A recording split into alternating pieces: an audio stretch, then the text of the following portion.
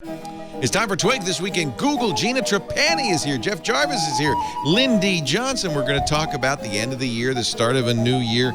Big moves for Google. What were the biggest moves for Google in 2015? And Twitter's move to 10,000 characters. What does it mean? What does it all mean? We'll find out next on Twig. Netcasts you love. From people you trust. This is Twit.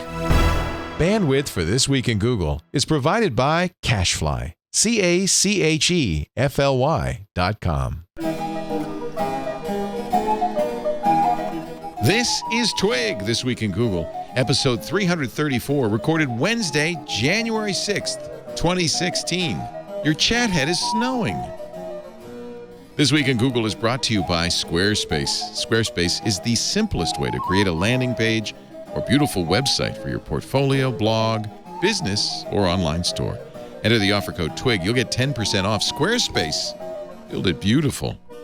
And by Gazelle, the online marketplace for buying and selling used gadgets. Shop from a variety of certified pre-owned electronics or trade one in for cash. Give new life to a used device at gazelle.com today. And by FreshBooks, the super simple cloud accounting software that's giving thousands of freelancers and small businesses the tools to save time billing and get paid faster. Try it free at freshbooks.com/twig.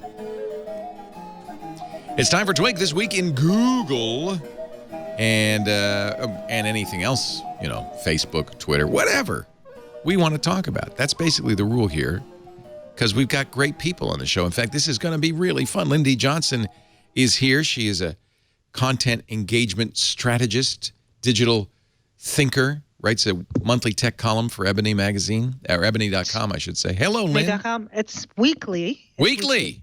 Yes. Well, you couldn't do it monthly in Ebony. No. Weekly in Ebony. Never mind. I'm on the website. You're on the website, ebony.com. Mm-hmm. Hey, Lynne, nice to have you back. Also with us, speaking of nice to have you back, Gina Trapani in her monthly appearance.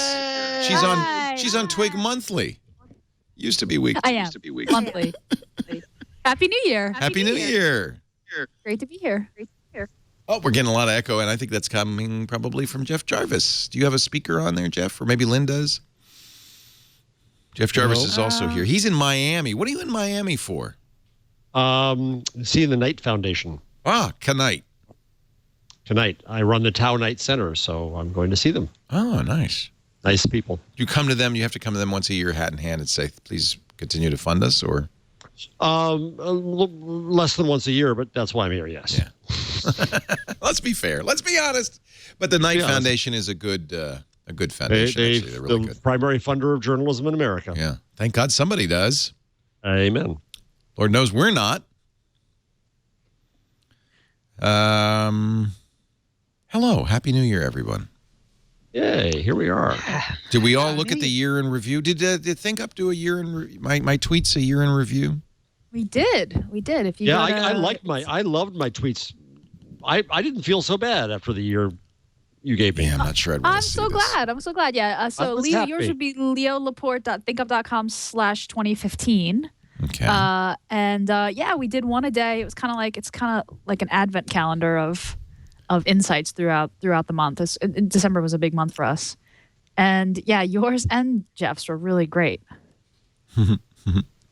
Biggest posts of each month in 2015, January, March, April. Apparently I did tweet it all in February or April, May. Wait a minute. I got some broken photos there. Yikes. Man, the Facebook. Oh, yeah. It's not your fault, I'm sure. Yeah, it's the Facebook. Yeah, it's the Facebook. There you go. It's the Facebook. Yeah, they're your biggest tweets. Actually, please hide them. Thank you. Please hide them. Well, my best tweet was, of course, that picture of me getting my head shaved. Yes. Yes. Can't miss that. That was also one of my... New Year's. New Year's. We didn't do that this year, and can't say I'm really unhappy about that. We took a vacation. Maybe it's Leo. Maybe it's your hair that weighed too much. We were talking before the show began. I got thrown off my Virgin America plane because the plane was overweight, and then they put other people on. I feel like Kevin Smith.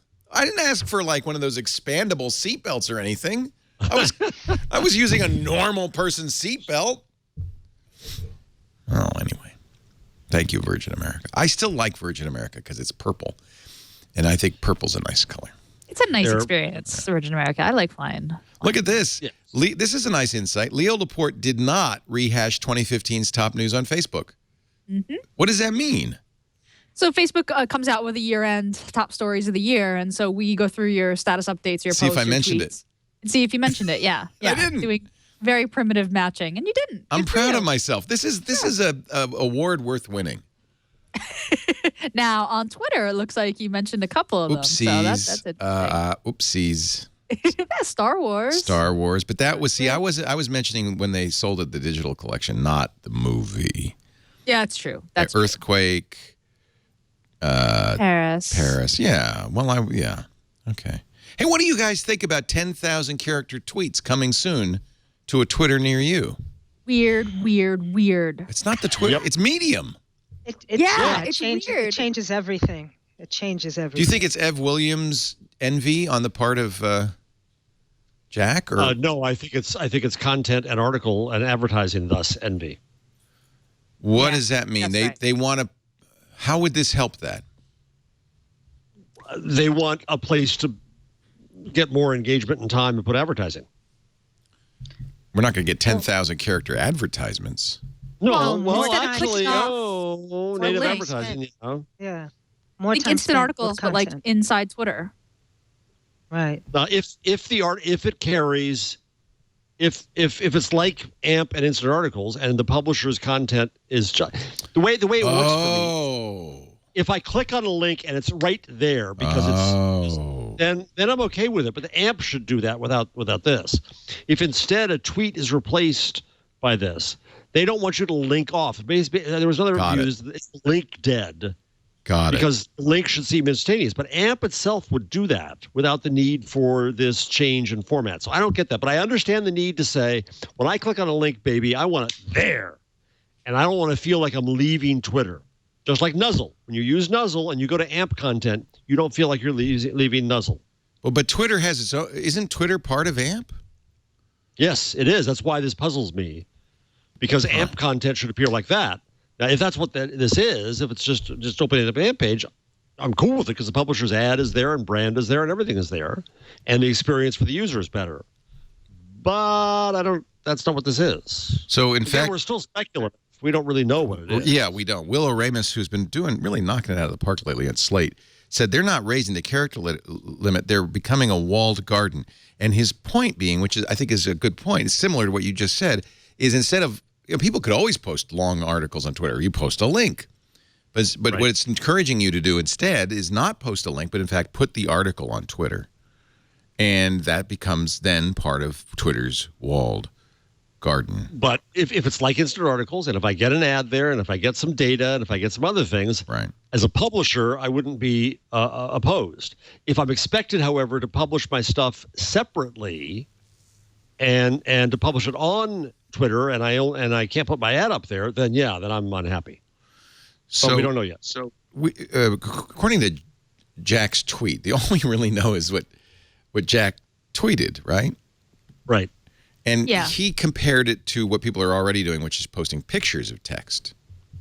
Yeah, see, that's what I really like Will's take in Slate, the idea that you're not, clicking on a link, that the link just kind of gets sucked in, this whole article is there. But to me as a user, there's a big difference between me, containing an entire tweet storm into one post and me linking to one of Lynne's articles, right? Like one is something that I've written and one is something that someone else has written that just kind of got sucked in or is being, displayed there. Right. I mean, as soon as you get into a place where someone, the user can type 10,000 characters, you're looking at an editor with formatting and placing photos. Are they going to do that? Video go? I don't know. I mean, you're looking at a full blown editor like a la Medium. I don't know if they're going to do that. That seems weird. Yeah. It seems strange. It's not Twitter, as Lynne said. That's what Jack seemed to indicate. Like, hey, instead of taking a screenshot of this text, you could have written this text right here on Twitter. Which is different than I'm just going to, instead of linking to this article, I'm just going to pull it in right here and refer to it here. I have to say that Jack's tweet, which I'm showing here, which is a picture of text so that he can do a long tweet, strikes me totally as spin not really to the point, but merely spinning it. What if the text that people are already putting in here as pictures were actually text that could be searched, could be highlighted? That's more utility, more power. More platform. More platform. More AOL. More Prodigy. More... Yeah. He says, and I love tweet storms. Those won't go away. I love the little autocorrect red doodle under there. Yeah, no red such squiggle. word. Sorry. That's one problem with, by the way, as screen capping text. Yep. You get the operating system's complaints about your spelling. And the cursor. And the cursor. Yeah. Well, we know he's using a Mac. So what, Lynn, do you think you kind of said this is not Twitter anymore? No, it becomes a publishing platform, right? And not just, because when Twitter started, right, the argument was always, is Twitter about what I'm doing now, or is Twitter about sharing news, right? So, but this takes it in an even entirely different direction, where it's more of medium, like Gina said, publishing platform. I don't think it's just about getting instant articles. I think it's about adding more context to content and having more SEO power and more of a walled garden, doing more of a Facebook thing. This is a big pivot. This isn't, Jack would have you believe, well, no, it looks the same. You still have 140 characters. Now there's a more button or a ... something to indicate there's more text you can open up. It's not, it's going to be the same, but better. No, this strikes me really as quite a pivot for Twitter. So, Lynn, what would you tell your clients about how to exploit this? Good question. Whoa, that's a tricky one. I mean, for brands, it could be. The thing is this: if people spend more time people are going to spend more time with less stuff. That's what definitely ends up happening. Like now, when you look at Twitter feed, you go through things really quickly, right? So now you'll be spending more time with less stuff. So that less stuff has to resonate in a better way, and influence is going to change the way influence works on Twitter too. So I think what I would recommend to brands is it's not even like, I don't know, it just changes things so much. You have to think of Twitter as something different, don't you? Yeah, it's like I can't even think of what the strategy would be at this stage. I have to really see it, because is it like when you see it, will you see 140 characters, and then if you want to see more, you click to see more? You know how some sites now, to see the rest of the article, you click to see the rest of the article. Or is it an instant article type of thing? Is it going to be like Medium? And if it is going to be like Medium, then brands do definitely have to start thinking about being more content publishers. In my opinion, so there's just no question that Twitter is 140 characters. Period. That's Twitter. It's the defining. So this is the defining character. It is the defining characteristic. Period. Yes. So if you're going to be a brand, I would say continue to use Twitter as you had. I as a Twitter user, I don't want a 1,500 word article from a brand. I want a short tweet, a picture. That's what Twitter is. On the other hand, if you're it depends on the brand, doesn't it? So I'm thinking Kraft cheese. But if you're a news property, Jeff, if you're Washington Post, how would you use this? Would you put an article there? Oh, yeah. I think, well, again, depends on the business deal. Depends on what your ad and your data and your brand looks like. But people aren't going to come to our sites anymore, and we have to go to them. So just use it like Facebook. Use it like Medium. Like instant articles. I think it's maybe instant articles jealousy. Now, if I'm Google and AMP looking at this, you're right. Twitter was a partner in AMP.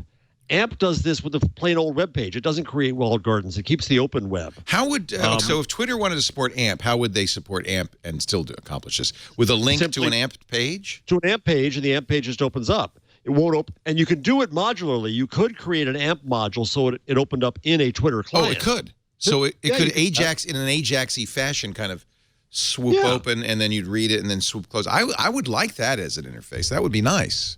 Maybe that's how we don't know that that's not what they're going to do. So, but that's not but that's the reason that we know that's not AMP is because that's not there's not a 10,000 character limit on AMP could be any It's just a web page. Yeah. Web page. Period. We've got a confluence of a lot of things happening here, right? A lot of this is about people aren't linking off because they're just going through streams. The like and the link and all that is meaningless in some measure. We have ad blocking causing huge issues. We have just plain too much effing content.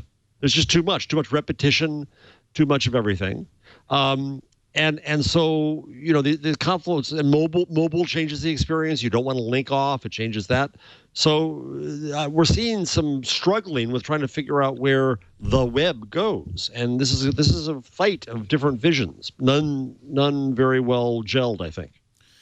If you look at what Twitter does with embedded tweets, it seems to me like what Twitter wants is for the news to happen on Twitter. Right? Like they want the comments from the sources to happen on Twitter. So, sometimes 140 characters, it just isn't enough to say what you need to say or to have that clarity.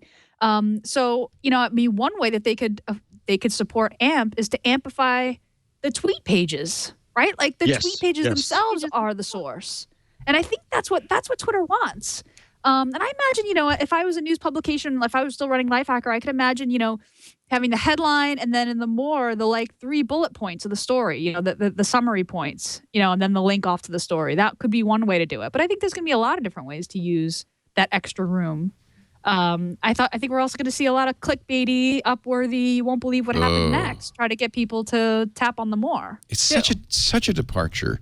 Maybe we shouldn't be. I shouldn't be quick to complain about it because maybe it'll be great. It really depends on what the experience is going to be like. We don't know yet, right? We haven't seen it. Mike Elgin just wrote a really good piece on how to use Twitter. Let me see if I can find it. In which he said you create 3 accounts. You continue your existing account. You create an account that is a news feed account.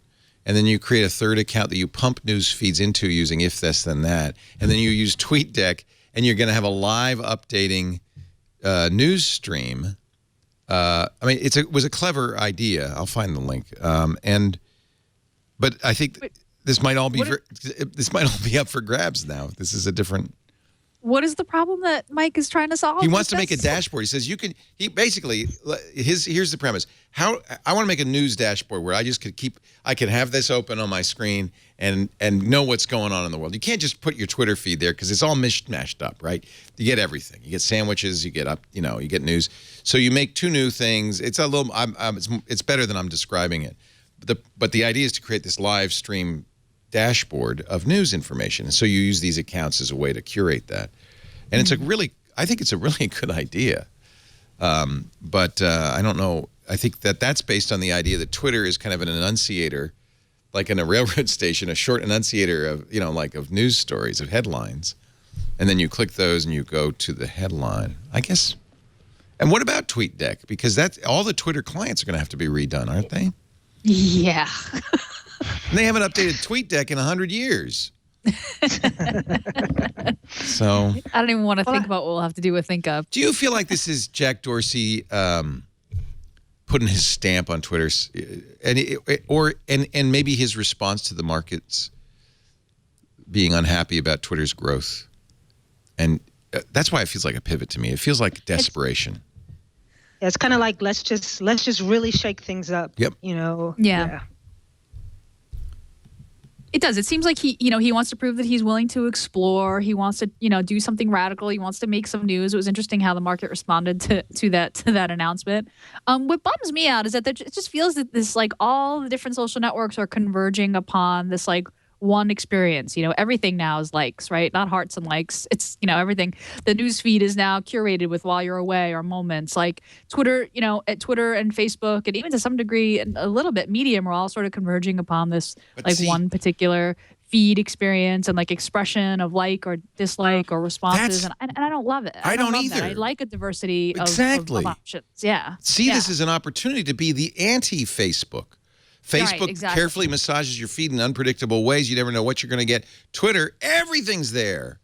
Let's use that. And that's why I love this. Mike's article was in Baseline magazine, Driving Business Success with Technology, baselinemag.com. And it was exactly that. It was like, here you go. Here's what Twitter really is this kind of the signaling system for what's going on. And here's how you could use this in I think an effective way. But maybe he did this a few days ago, 12/29. So it might be obsoleted immediately by the new Twitter. It's a clever idea. I wanted to set it up. I was ready to do this. But more characters doesn't solve the organization problem. I mean, It's still a problem of organization, right? Right. No, in fact, that's what Mike's solution is to create other feeds, because your main feed is all this crap, is everything. So you create specialized feeds and then use them in TweetDeck, which allows you to have multiple feeds live updating. Isn't that something you could achieve with like lists, though, Leo? Lists would do the same thing, and I use lists on Facebook for that reason, right? Although I think I'm one of the 3 people that does that. People don't like lists. No. Yeah, no. On Facebook, it doesn't work well, I don't think. I mean, on Twitter, I think it works a little better.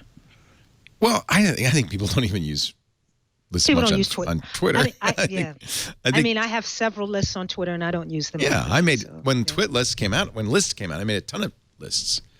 Yeah. And rarely use them. I made lists. I made lists because on Facebook, because Robert Scoble said I should.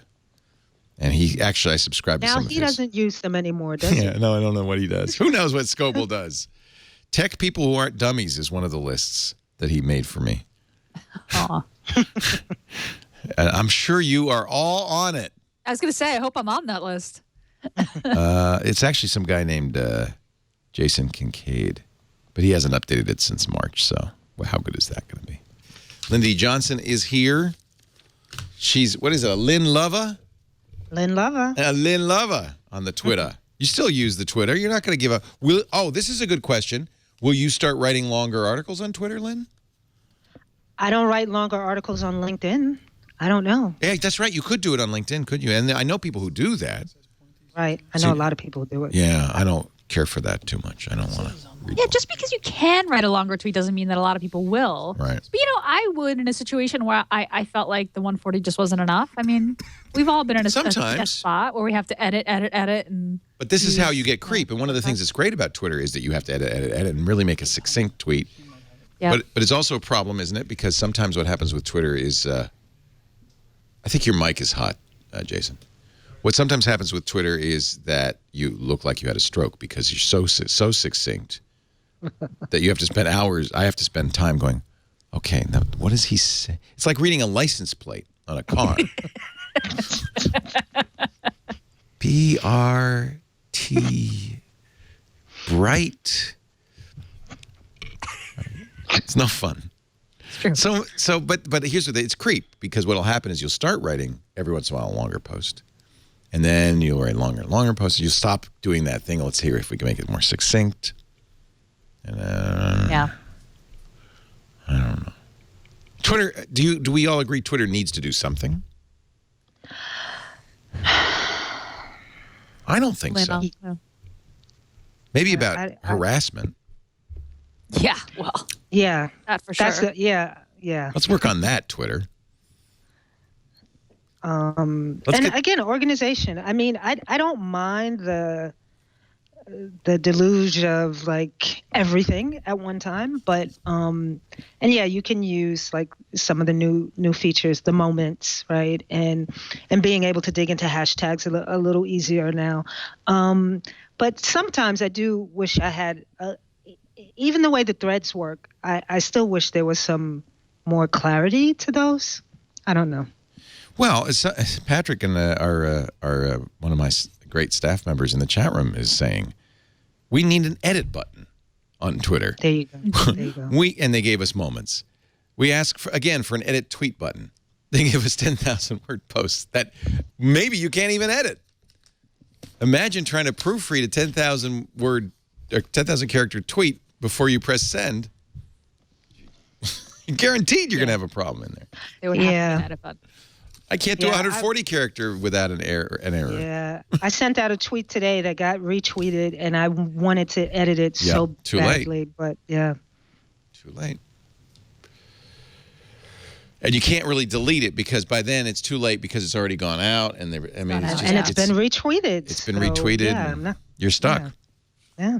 I have learned to Twitter is one of those things where you really have to pause before you press the send button. Definitely. Especially if you have a big following.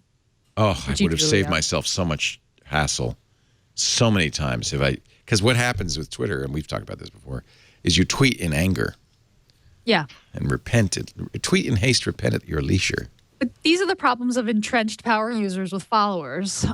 What Twitter's perceived what they think their problem is that is onboarding people, right? They want people to come in. So for them, Moments was like, we're going to contextualize all the stuff that's happening on Twitter to make it easier to understand for people who are just coming in. Because when people first sign up for Twitter, like if you don't know what Twitter is, you're not comfortable with it, it's weird. It's a weird experience. I mean, even as a power user, there are times I'm just like, I have no idea what this person is talking about. Like, was it a joke? Was it sarcastic? You really have to follow people for a while to get a sense of like what their style is and what they mean. And I think that's really off-putting to new users. And that's Twitter's problem, is bringing in new users. So they don't care about our problems, right? They're trying to solve the problem of acquisition. Boy, you have just come upon a huge insight. No, seriously, that companies are often asking the wrong questions or solving the wrong problems. Instead of solving the problems of their users, in this case, they're solving for a different X. They're solving for the potential problems of potential new users. Non-users that are coming in. Yeah. And that's probably mostly because the stock market is pressuring them to have big growth numbers. Growth. It's all about growth. So Twitter is solving for Y when they, from our point of view as its users, should be solving for X. We're experiencing X. Yeah, exactly. But they have us already, Leo. They have us. We're engaged. We're there. We're not leaving, right? So so maybe that is the right question. It feels like there's a business school case study here of a what problems should a company be trying to solve? Should they be trying to make a better experience for their existing users, or can they just ignore that?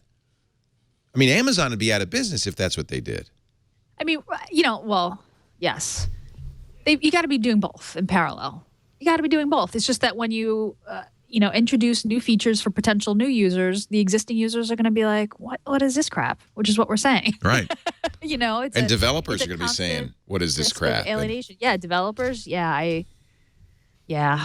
Didn't Jack kind of reach out to developers a little bit, and even implying that maybe they would support third-party clients again?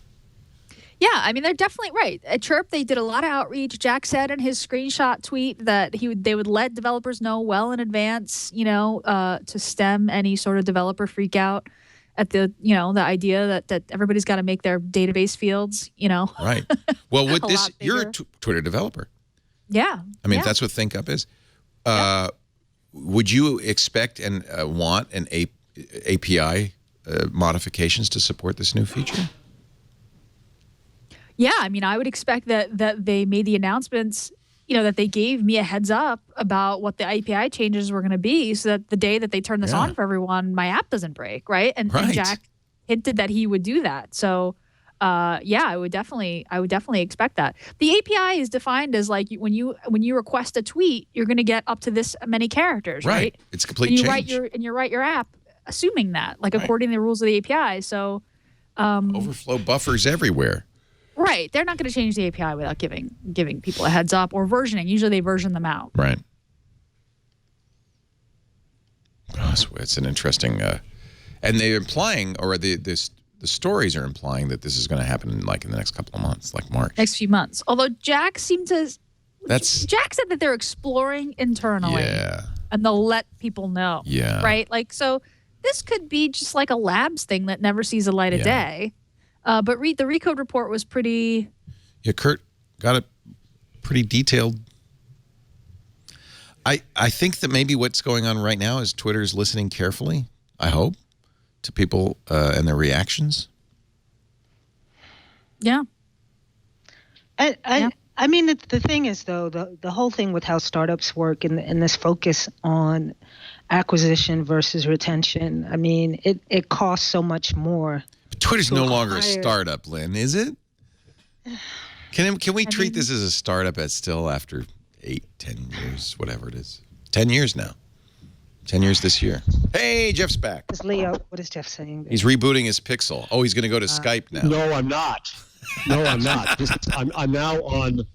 I'm on a little Asus flipbook that I got. It's working good. This is my borked, can't turn it off, can't do anything, Pixel C. Oh, no. No. Yeah.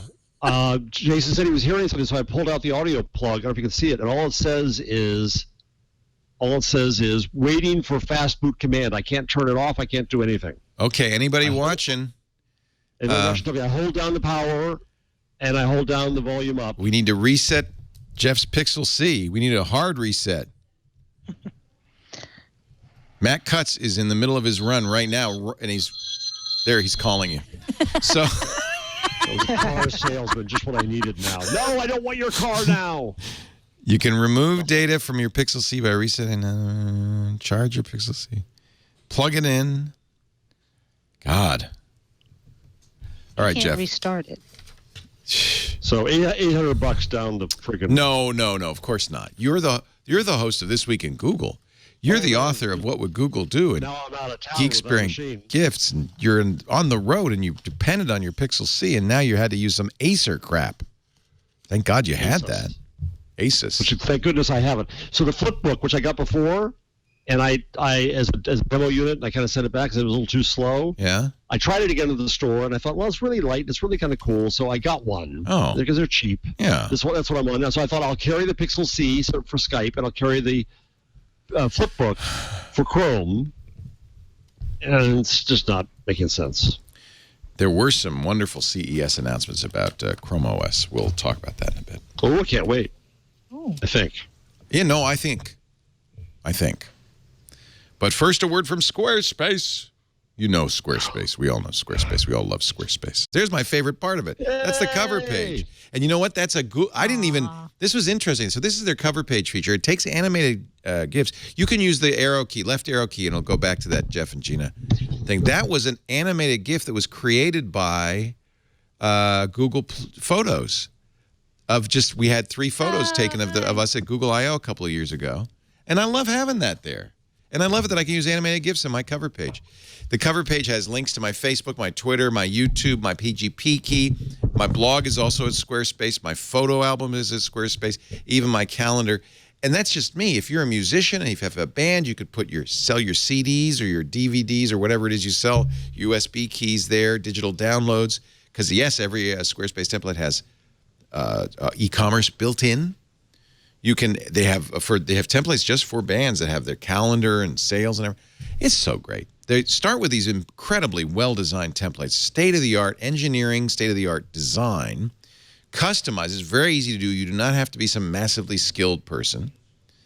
Although if you're a real, if you like to tweak it, you can do that too. There are hundreds of settings. And if you are a developer, you can do CSS, JavaScript, everything.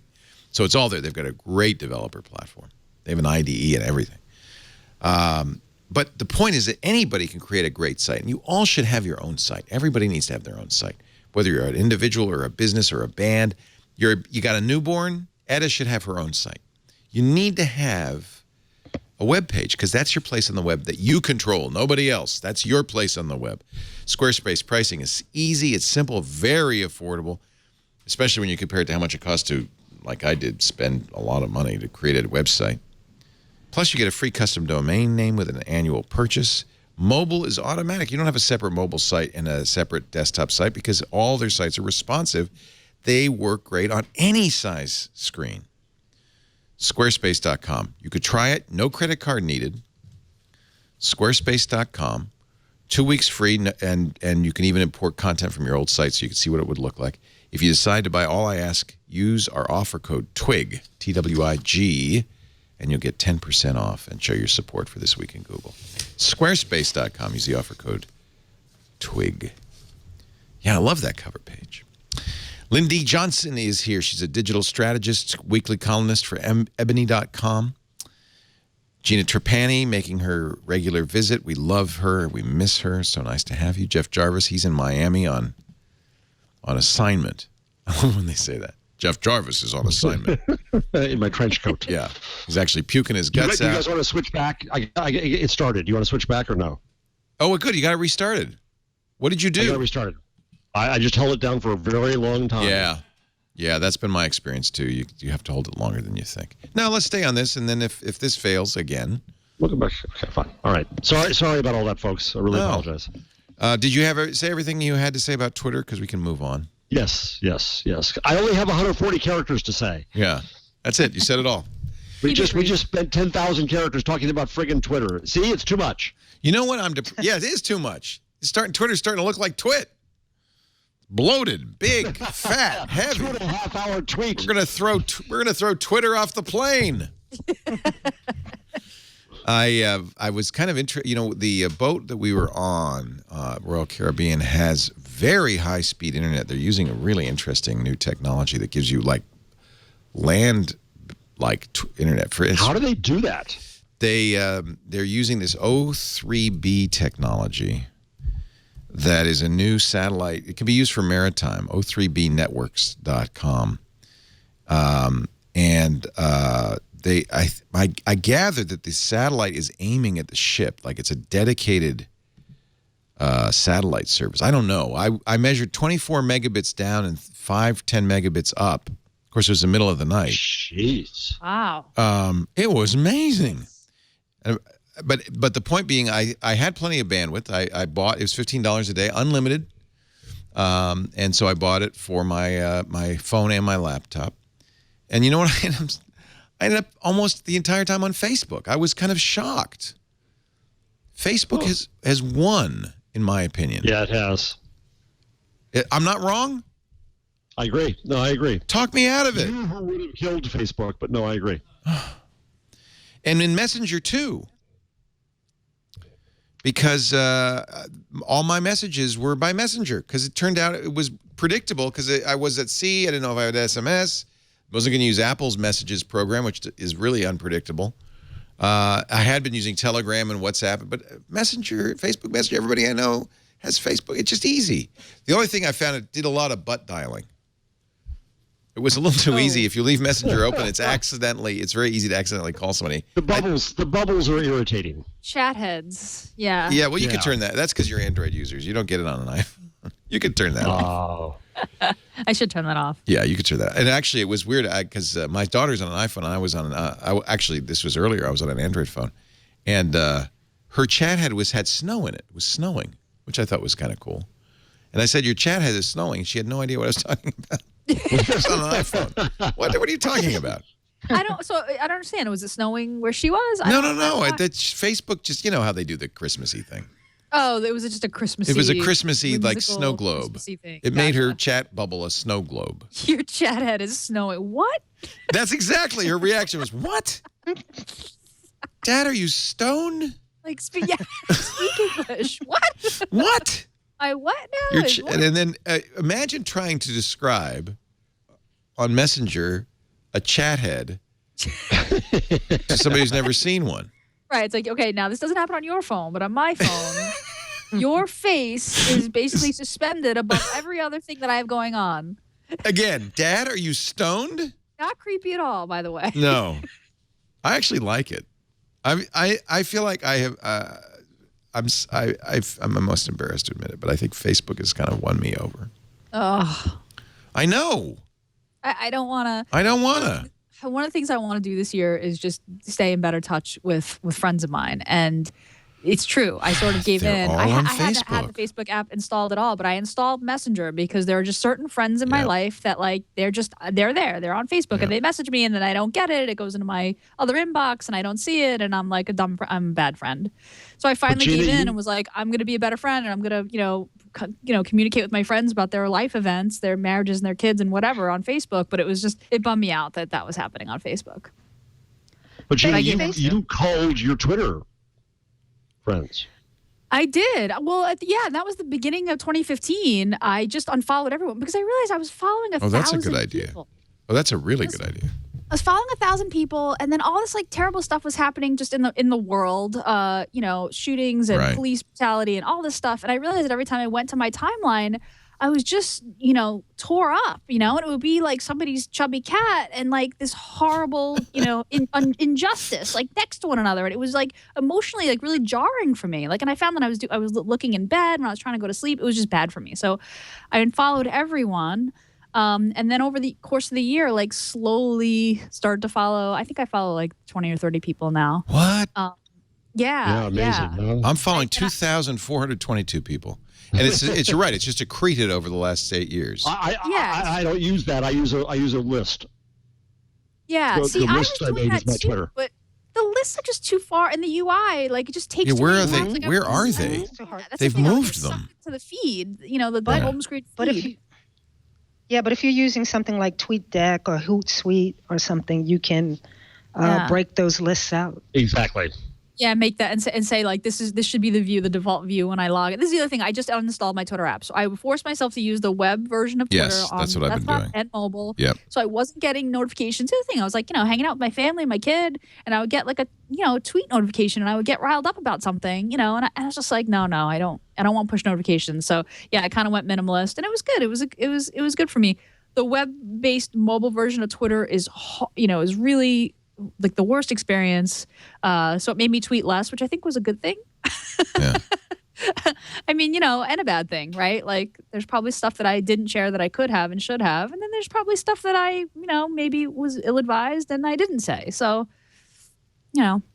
both ways. So, see, this is again going back to Mike's idea that if you had separate, you should have maybe a personal Twitter feed, a news Twitter feed. Maybe lists would do that, but they're kind of opaque, hard to reach. You could have separate accounts. I could just, I was using the default Twitter client. I could find a client that said, hey, just default to this personal, chill, low volume list of people. And then when I'm feeling like I want to dive into the news and see what people are saying about things, switch to the other list. I could have, but I just was like, I'm going to detox for a while. And then I just kind of How about Facebook? Do you find it toxic? Well, Facebook I really wasn't looking at all. Oh.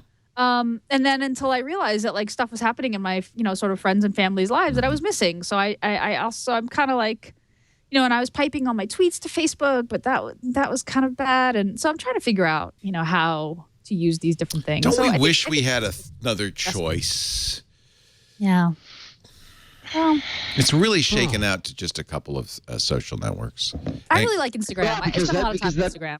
Yeah. There are other choices. If you're younger, there are definitely other choices. What are the kids using? Snapchat. Oh, yeah.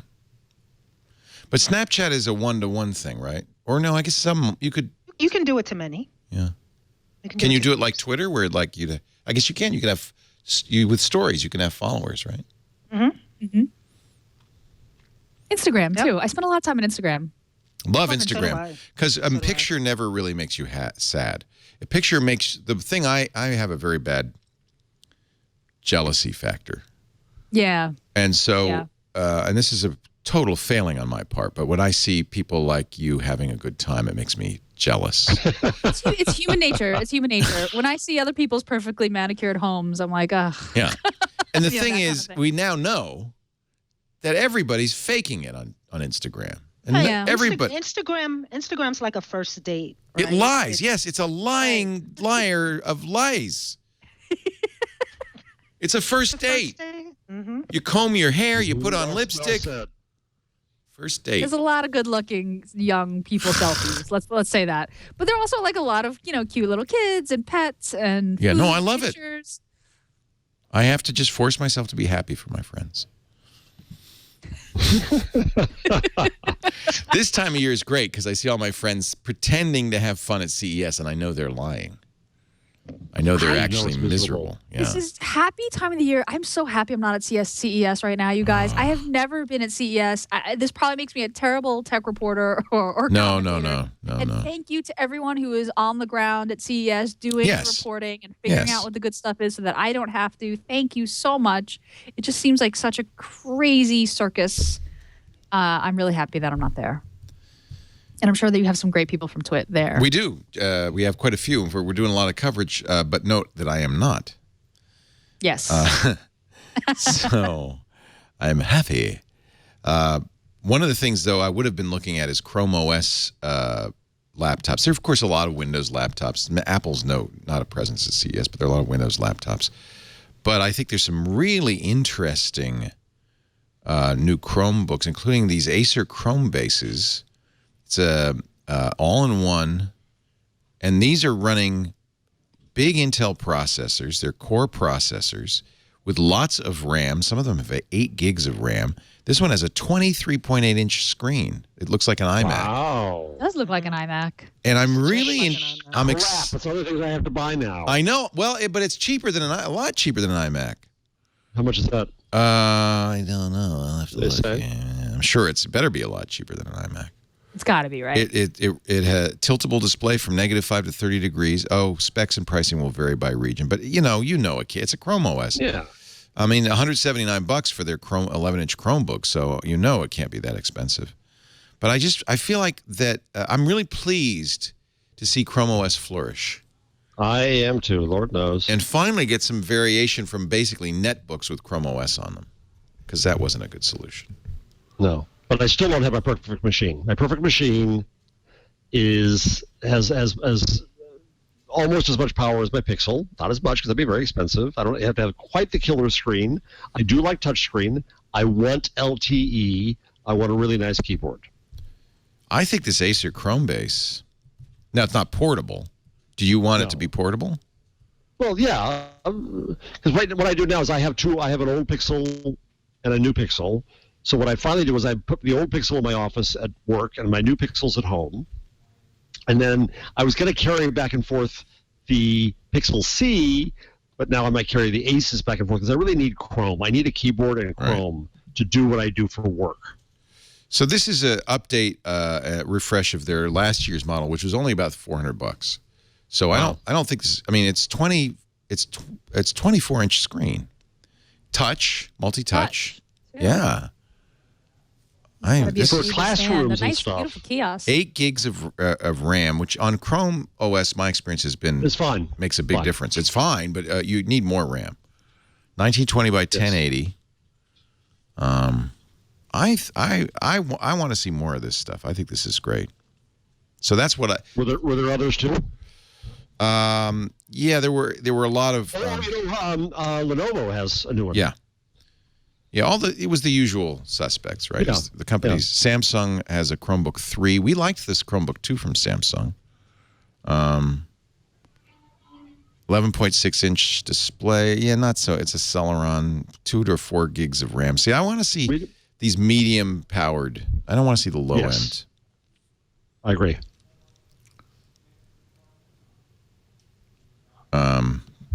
ThinkPad 13. I'm on a low-powered one right now. That's the problem. How about this one? Lets you choose between Windows 10 or Chrome OS. Ooh. And it kind of looks like a standard Lenovo. I mean, it's got the, so ThinkPad. I think that's kind of intriguing. 13-inch ThinkPad. Yeah, an underpowered Chrome OS machine. Yeah, who wants annoy it? Me. These come with an i5 up to 16 gigs of RAM. That's because, of course, with Windows, you'd need that. But when you're running Chrome OS, you get all the benefit of that. I guess it's 2 different versions. It's not like you can dual boot, or can you? Let me look. I came within an inch of thinking, oh, hell, I have to buy an Oculus Rift. And then I see it requires a Windows machine? Oh, not only... Yeah, this is really pissing me off. So, yeah, I ordered, of course... Okay, I got numerous upsets on this. First of all, I immediately ordered one, $600. Comes in May. And then I found out I get a free one anyway because I was a Kickstarter supporter way back when. Oh, can you cancel the order? I'm going to try. Which is really great of them. That's amazing that they're doing that. Yeah. I think that's cool. Thank you. Yeah, they didn't need to. And I think this was kind of response to all the people like me, Kickstarter people who were pissed off when they sold to Facebook for billions of dollars. Hey, this is our company. We put good money in there. So this is a kind of a thank you. It's only a few thousand people.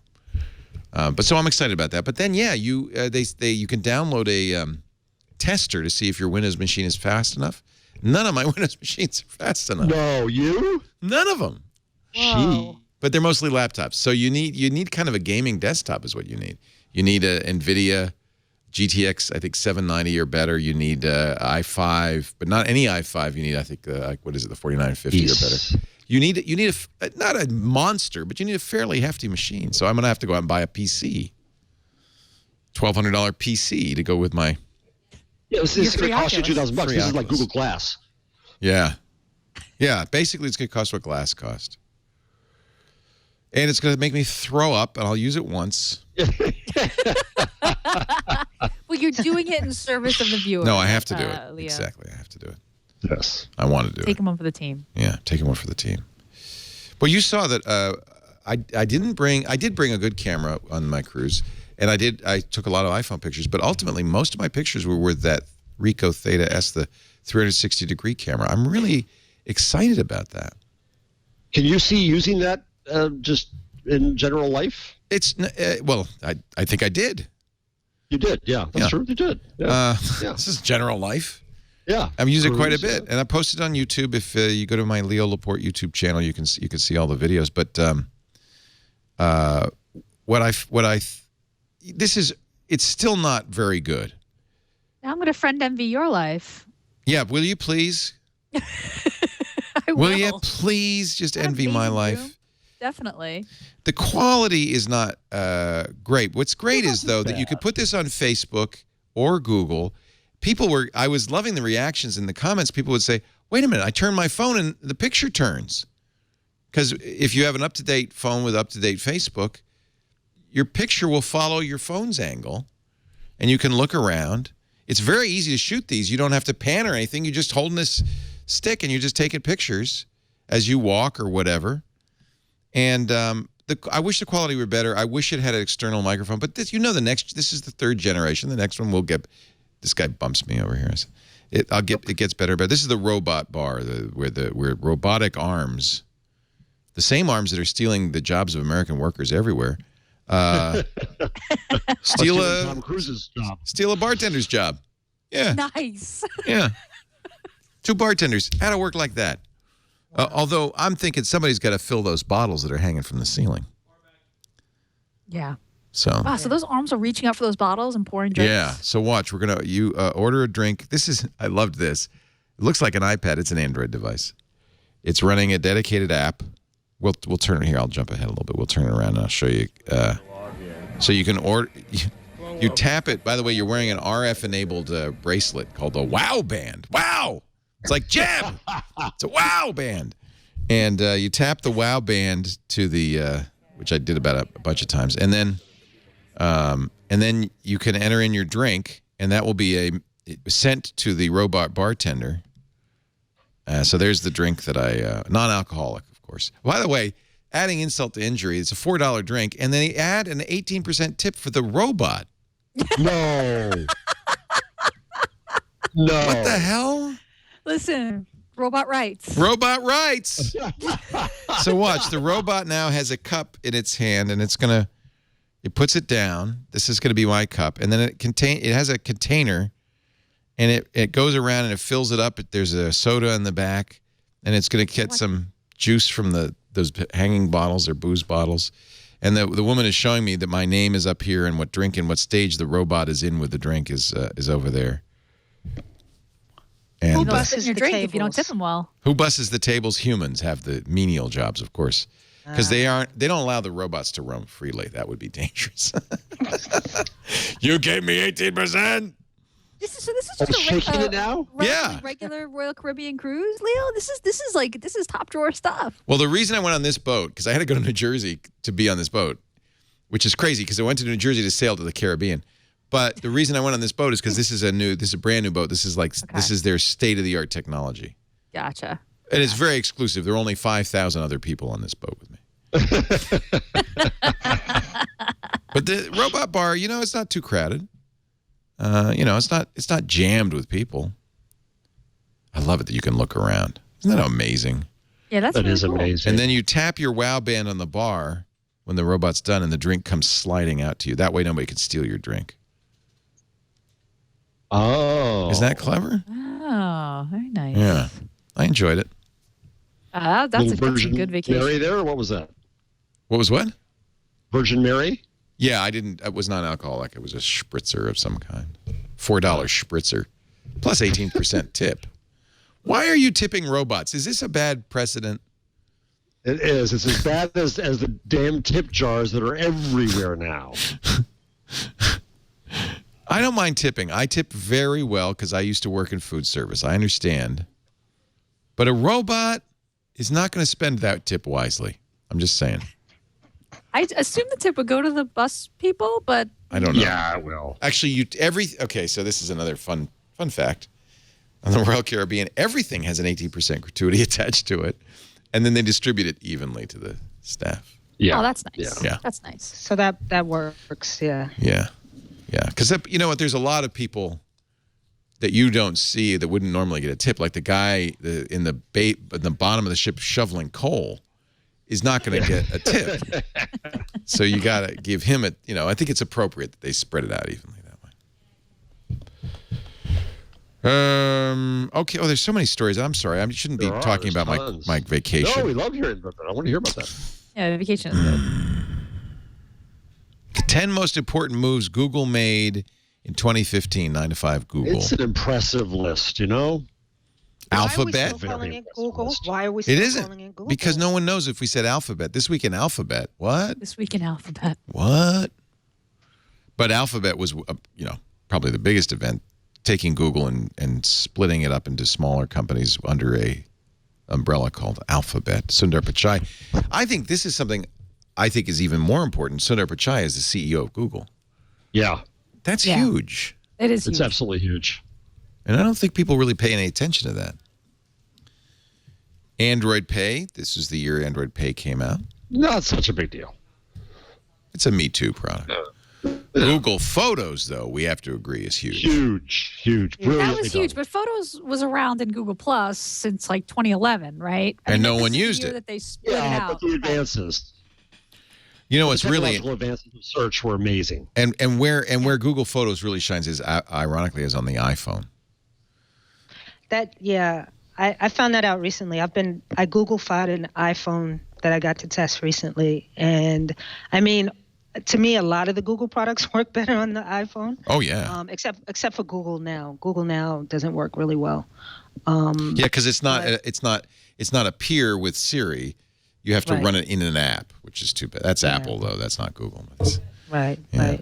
But other than that, I mean, Photos is great. The organization, it's awesome. Yeah, I love it. I wish though that they have a search term like for photos you'd be embarrassed if anybody saw, so you could just get them all in one place and delete them. Or first date photos and put them all on Facebook. Yeah. Oh, that's a good idea. They could refine those search tools. Android Marshmallow, new version of Android, which isn't. I'd have to defer to you. Well, I'd have to. Have to defer. Star Wars, meh.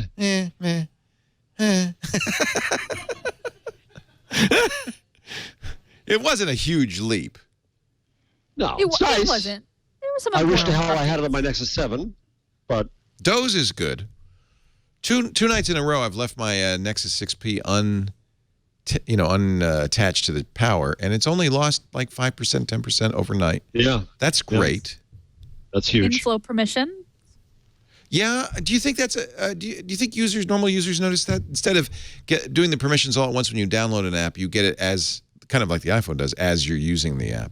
Yeah, no, I don't think that normal people care or notice. It makes me feel better when I'm like, oh, this is what this app is trying to do now. I understand. Yeah. I just think it's just better transparency. It makes sense because it's in context, so you see what the permission it applies to. Yeah. Project Fi, which I'm loving. I'm using Fi on this phone. It's a good deal. Traveling internationally works just like T-Mobile does. You get the cheap calling, the free texting, the free data, slow data. And that data is fast, by the way. It's 3G now, pretty much. At least it was in the Bahamas. So it was very usable. It wasn't like this really slow edge stuff.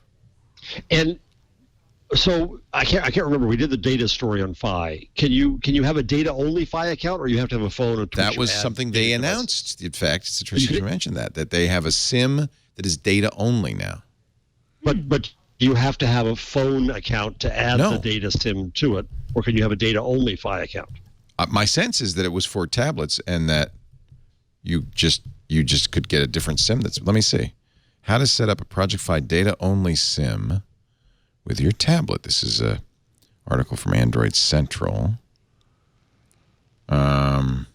You have to be you have to have a Fi account. You have to have a Fi account. So you're in for the $30 a month or whatever it is. Oh, I see what you're saying. Yeah. You have to have an unlocked tablet compatible with AT&T. T-Mobile LTE. You have to just have yes, you have to have your phone first. You're right. You can't just get only a tablet, at least right now. Yeah. You have to have a phone. But $10 per gigabyte and fractionally. Oh, it's good. It's great. I just had to check my karma to make sure I had enough to do the show, but it's sipping. The karma I like.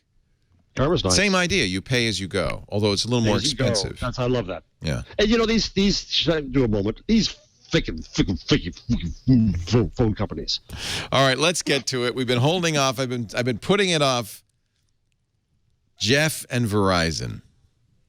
Never a love story. No. The saga continues. They never, and people who ask me, so did they ever hook up your Nexus 7? No, they never did. So I had my wife's iPad on it, and I had my old Pixel still on it. Stupidly, I hadn't canceled that because I wasn't using the LTE on that, but I had two things on it. And I was paying $50 a month for those two things. $30 data plus $10 per line. Okay? And suddenly it was Christmas time, so we weren't using either, right? They were sitting dormant. We're at home. And suddenly I get data warnings. You're going over data. You're about to go over data. You went over data. Oh, you're way over data. What the hell? So go on, and somebody had hacked the account and added or switched the two lines to two iPhone 6s, bought a gig of data, immediately used 2.6 gigs of data. Sigh. Hour and a half on the phone dealing with 5 different people at Verizon. Stupid sandwich, just amazing. They have no good process for this. It's their problem. So they changed my password. This is not going to happen again, Mr. Jarvis. We're all fixed up. All right. Number 1, they didn't change the password. They came back in and did it again. Number 2, they didn't fix it up. Third time, I tried to kill the Chromebook. I can't kill that. It's back again. I finally said enough. I want a divorce. I went to the store and I said, just kill everything. I put my wife's iPad onto our AT&T account. I saved a net of $60 a month by doing this, and I waved goodbye to Verizon. Well, 2 points for this. So at one point in this, I had to go on my online Verizon thing and set up the account, and I had to come up with a friggin' password. So the password I wanted was F spelled out Verizon, and it, honest to God, I swear to truth, said bad password, too easy to guess.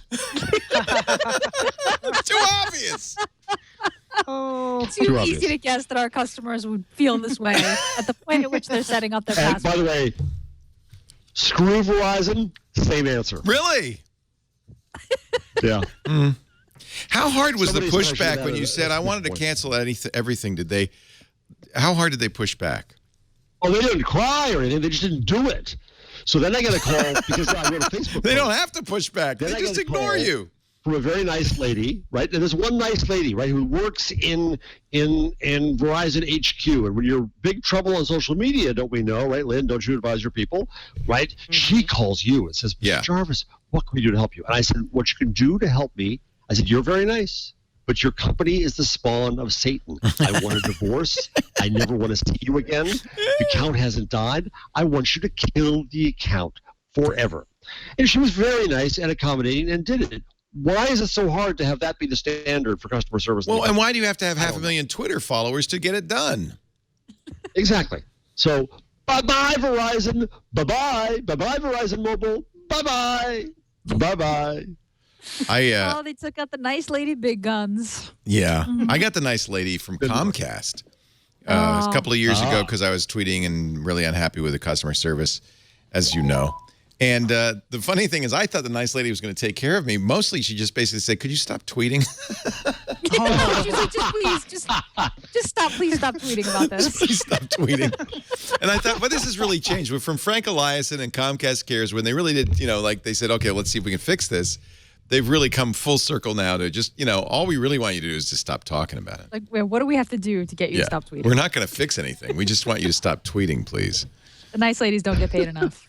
They need to pay them more. No. She's very nice. No, they actually hire people who sound nice. Oh, incredibly. And I didn't want to, with no one in this, I went psycho with no one. But I did say I'm at my edge, folks. Yeah. This is I could go over obvious. anything. This is easy. Yeah. So you went to AT&T. I was already on AT&T. It's where my unlimited account is. Okay. And I had shared stuff there, so I just added it there. I reduced a gig, and I saved money, and it's wonderful. So I'm happy. But I because still have Verizon Fios, and I'm happy with that all in all. Yeah. But Verizon Mobile is just spawn of Satan. I think they all suck. Come on, can we just admit this? They all do. It's not. They do. The people in the AT&T store. There's one friend of mine named Hugo who's been very helpful through Twit. Hey, friend of AT&T. I just found them. Yes, they're all problems, the companies, but all in all, the AT&T people I've dealt with have all in all been nicer and more competent. There's a different culture there. Yeah. The Verizon culture is we're number one. Right. AT&T was nasty until they got the iPhone, and I think that they somehow were influenced by Apple, whether explicitly or implicitly, to be a little nicer. And then T-Mobile used to be really nice, but then T-Mobile I wanted to really love and wanted to go there, but then we have a story in the rundown, right? By the way, they had a very big year, added a lot. I think 8 million customers. They had a very good year. I've never had a problem with T-Mobile. I've been a T-Mobile customer even before they were T-Mobile, back in the days when they were OmniPoint. I don't know if any of you people. What? Wow, OmniPoint. Grandma. Point. I remember So I've been- Singular. Singular it became AT&T, yeah. Oh, right. Singular went. It was AT&T, Yeah. right? But of course, T-Mobile is Deutsche Telekom, now fully owned and operated by Deutsche Telekom. For a while, they were kind of a partially owned subsidiary.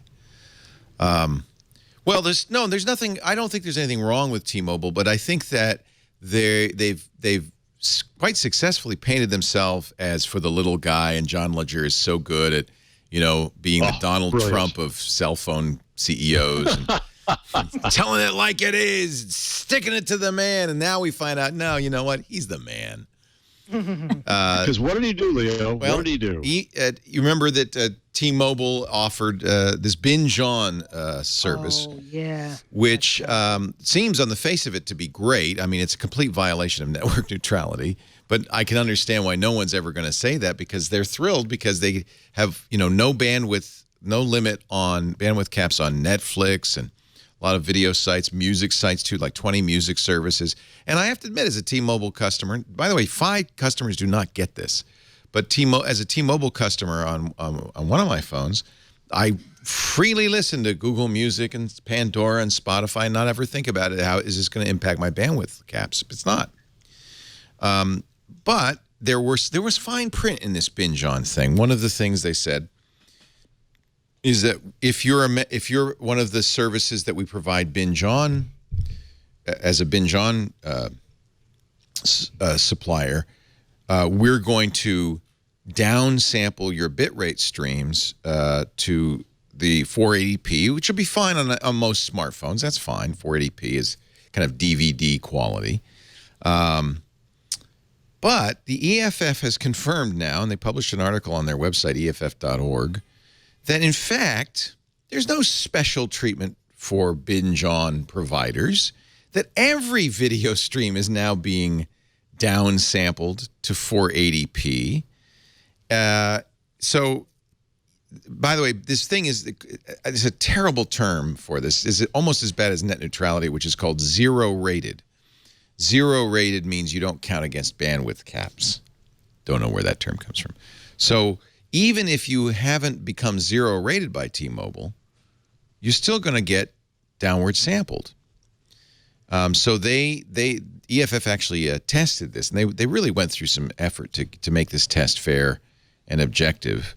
And in every case, no matter what video you were watching, and by the way, it's not really optimized or even downward sampled to 480p. It's throttled. What T-Mobile actually does is just throttle all video streams and counts on the provider to notice and offer a lower quality stream.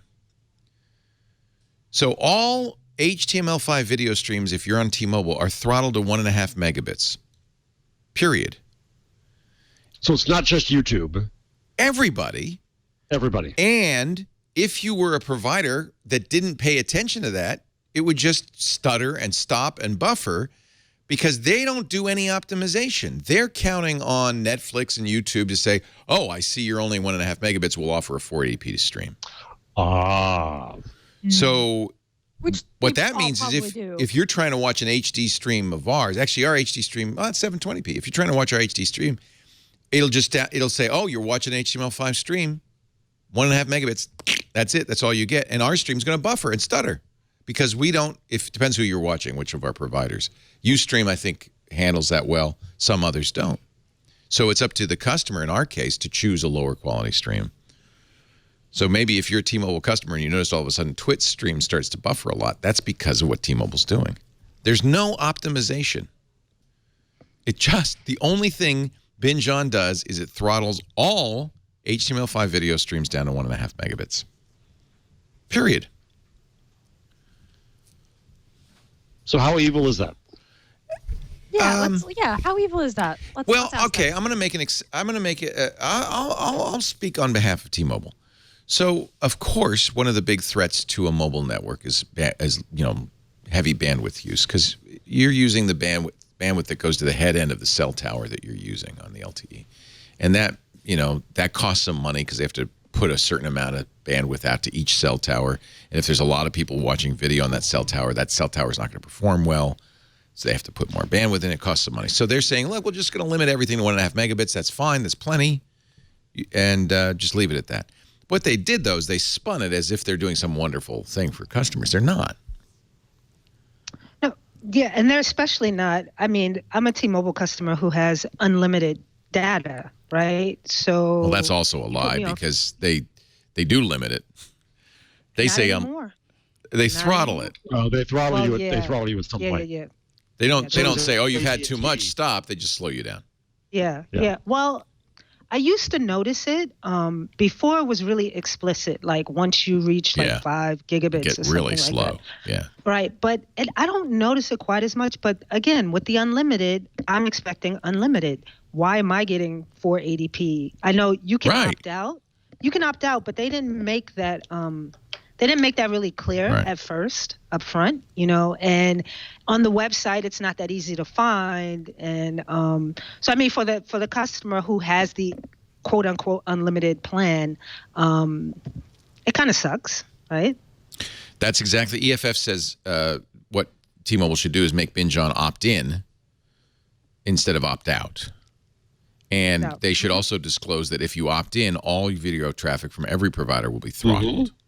Right. Yeah, they should certainly be transparent about it. Yeah.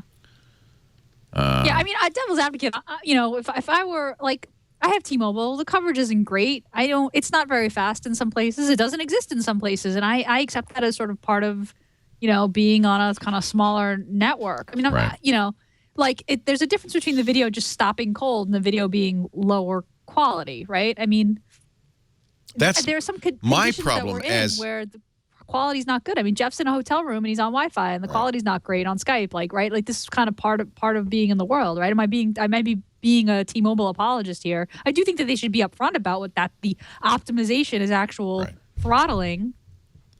I think what happened was, if you kind of dissect it, is they sat down and they said, John, people are using way too much. Everybody's watching Netflix now. It's 40% of our traffic. We've really got to do something about this.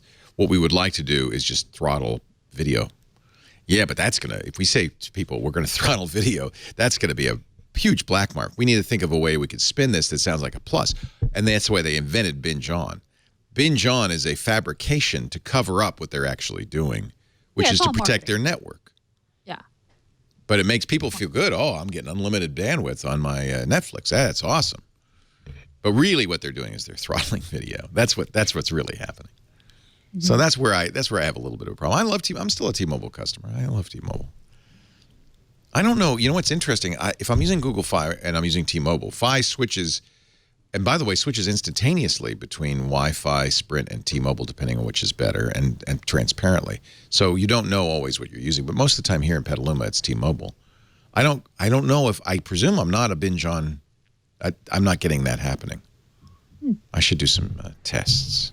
Can you see what cellular network you're on? Like yeah, you can. Bar? Yeah. It really? It says like it'll say Sprint, Verizon. Not in the T-Mobile? status bar. In the status bar, it always says Fi. Okay. But And you then- could but go if you into open the app- cellular settings. At least I think so. Let me check. Let me make sure. I thought you couldn't. I thought you tried to and couldn't. Oh, maybe you're right. Yeah, I don't think you did. Why did I Is think that- I knew that? Maybe I don't know that. You're right. It's not there. Huh. I thought I knew that I was on T-Mobile most of the time. I guess I don't know. And there's a good reason for that because it moves around. I don't know where I am. But on my iPhone's T-Mobile. I like T-Mobile. I'm very happy. So in Twitter, Brett Schulte says that binge on is optional and also says that the unlimited plan is truly unlimited and not throttled unless there is congestion. Yeah. It's odd. Well, okay. Brett, who's a nice guy, does also work for John Ledger. Or work with John Ledger. So Right. I consider that a PR response. Although I don't think he's officially an employee of T-Mobile. Anyway, I think this is important for people to understand. And thank you, EFF, for doing the tests and figuring this out.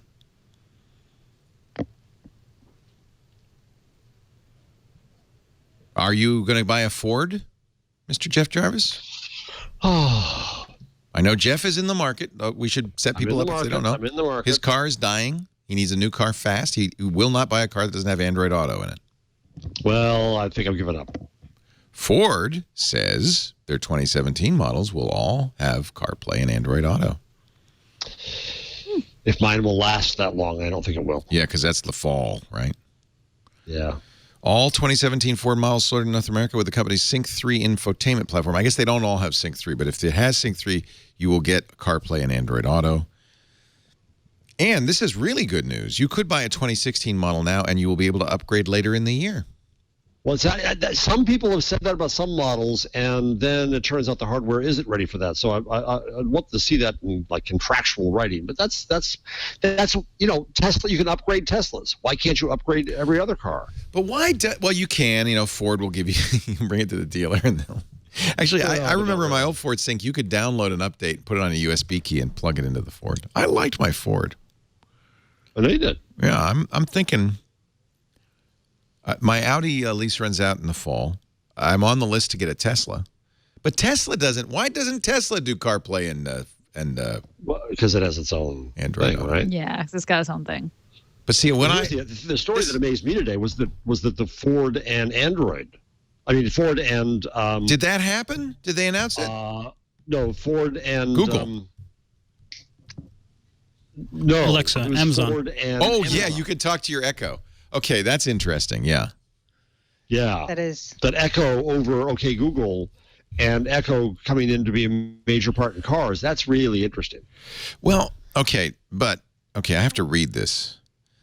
So that's just the Alexa technology, or you actually have to have that No. device?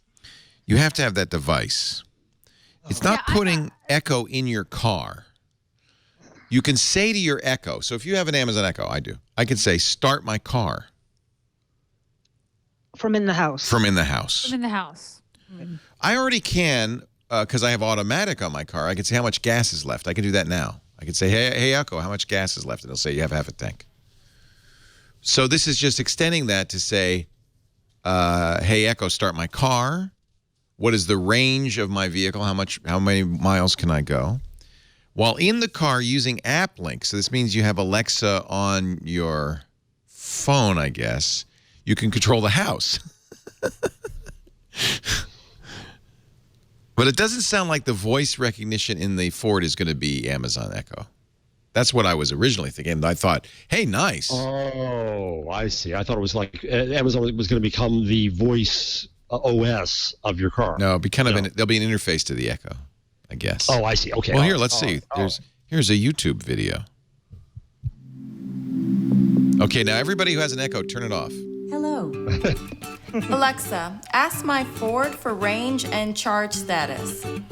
You currently have an electric range of 10.3 miles, gas range of 386.7 miles. Alexa, ask my Ford to start my car. The start command has been sent to your vehicle. This is if you live in the winter areas when you want to warm up the car, right? They warm the car. Make sure your garage turn door is on the open, but Ford's yeah. lights.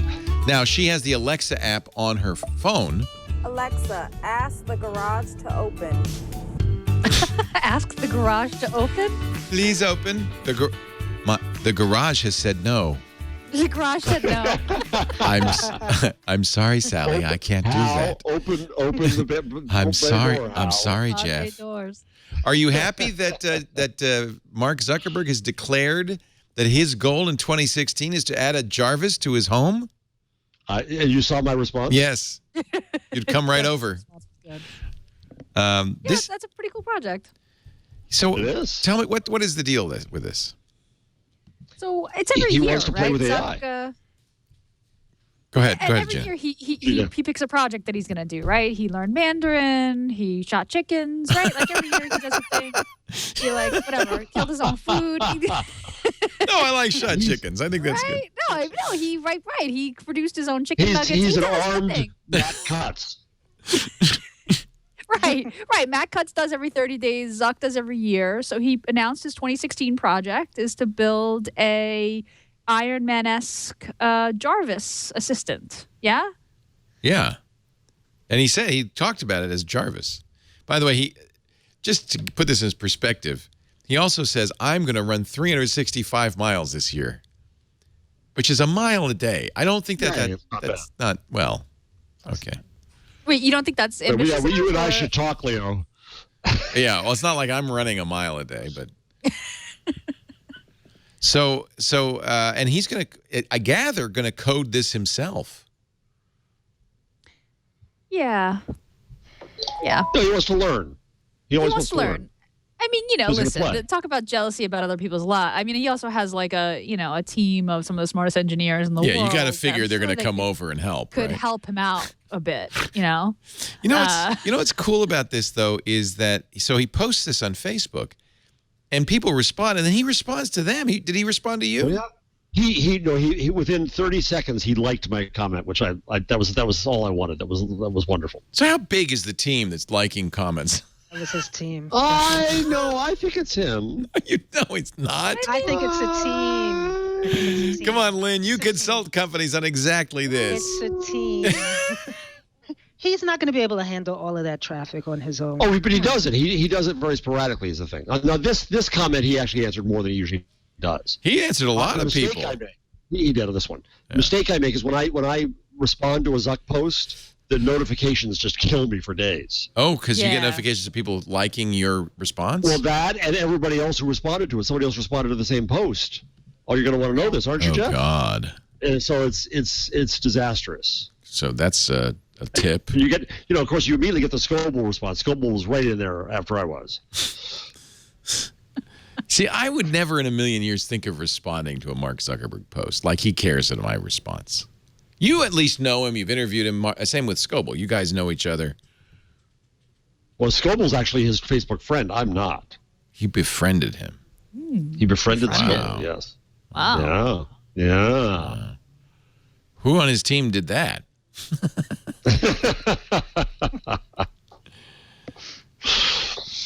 We love you, Robert. We love you. Just to be clear. Yeah. Robert does his own tweeting and Facebooking, I promise you. There's no team for Robert. And Jeff as well. Or me. I don't have a team. Gina has a team. Oh yeah. Oh yeah, Massive. my minions. Yeah, your my minions. Massive team of minions. Let's just say I was not building a personal assistant the first year of my child's life. So kudos to you. Zuck. Yeah, no, that's a good point. And he even mentions how the personal assistant is going to help raise Max. Yeah. Well, he said let him know if something's going on in her room, which, I mean, there's like monitors for that. Like regular people use baby monitors. Mark. But I'm sure there'll be some sort of baby monitor. Max appears to be drawing a picture on her wall with poop. Yeah. Oh, if I could have a smellometer for my daughter's room, that would be amazing. That could be would done. Really help me out. You know what? If Mark Zuckerberg would devote a year of his life to that. Because you never want to open the door and be like, oh, man, what happened in here? Yeah, exactly. Oh, I had the worst day. Our beloved, wonderful cat is diabetic and not feeling well. Sorry. Right? So I walked down. You don't want to hear the story. No, I don't want to tell you the story. I walked down and she shat on the shit-colored floor. Oh, so you can't tell. Stepped in- Okay, right, I so here's stepped a little in it. tip. was a bad Don't buy way to begin the day. poop-colored linoleum.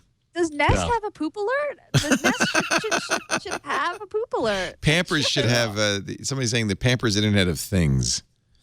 Yeah. Seriously. Seriously. Google's going to have a Internet of Things Dev Summit this month, the Ubiquity. I would love to go to that. Jeez, with Brillo stuff starting That'll up. be very interesting. Be really interesting. And Weave. So Yeah, it's interesting. I like that. I like that they're kind of doing separate dev summits around like particular. They have this like Chrome Web Summit, and they're doing the Wii stuff. Like it seems like going to one of those might be more productive for a developer who's deep in this stuff than like Google I/O, which is this giant bonanza of everything. Yeah. What? So there's would you go? You're a developer. I mean, would you go to something like this? Would you be interested? If I were had a product that I was hoping to incorporate, would I go for fun? Probably not. Oh, I would go for fun for something like the Chrome Web Summit. I would go for fun for something that I'm building on the web. If I were building a piece of hardware that I hope to incorporate this technology, I definitely would go. See, Google I/O, I would go for fun because it's a press event and it's a show. These things are like they're down and dirty. Roll up your sleeves, get into the code. You're building something here. Yeah. You're going to get early access to stuff. You're going to have access to Googlers. I mean, sure, I would go for fun, but like I wouldn't, book my trip for sure unless this was something I were building in my life. You could talk to Crispy Uccello, developer advocate. Look at this guy. First of all, his name is Crispy. Oh, There you gotta go. love it. Nice. Oh, I'm so jealous. I would love a name like that. Crispy Uccello. That may have been a change. You too can have that name. You could, Crispy Jarvis. Mom, Dad. Could be yours. This would be fun. This is January 11th. It's coming up next week. And there is a live stream, so you know what? You could watch it. That's I would check out the live stream. That I would go watch. if I want to sit down with a human being and say, help me debug this problem. I'm stuck on something very specific. Yeah. That's when it's really useful for developers. Yeah.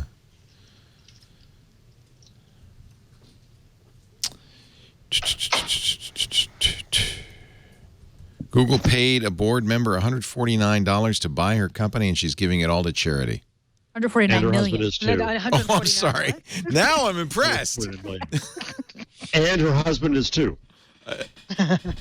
What did her husband say? He's They paid giving his him money too. He's a Stanford. Ah, She's a board member, and they basically acquired her to head cloud activities. so her name is And Diane bought the Green. company to do that. It's impressive, though. She created a startup called Bebop Technologies, and she in the acquisition, which was $380 million acquisition, she got about $149 million in Google or Alphabet stock. But she's donating it to charity. Amazing, huh? Yeah, it's incredible. It's incredible. I mean, she had already made her money, so but it's incredible that she's doing that. It is, but it also alleviates any confusion because she's also on the board, there may be reasons why it's a good idea. Conflict. Yeah, but still, I don't want to take away it's from that. upstanding all around. Yeah. It is. Our show today brought to you by Gazelle. You're getting a new iPhone, getting a new Apple phone, getting a new Android phone. Maybe you want the new Google. I still know a lot of people who have a Nexus 6, that big old whale of a phone, the Shamu. And they've got to be eyeing this, the 6P or the 5X. This is a great way to sell your old phone, get cash for it, and get the new phone. It's at Gazelle.com. Trade in your old device for cash or buy a certified pre-owned device. Now, you can't get a Nexus there, but they will sell you iPhones, the 4S through the 6 Plus. They'll sell you iPads, standard Air and Mini models, and you can get Samsung Galaxy phones there for a good price. In fact, this is a really good time to do it because they're being flooded with old phones as people buy the new phones that just came out. So you're going to get the best value on certified pre-owned devices, and it's no risk here.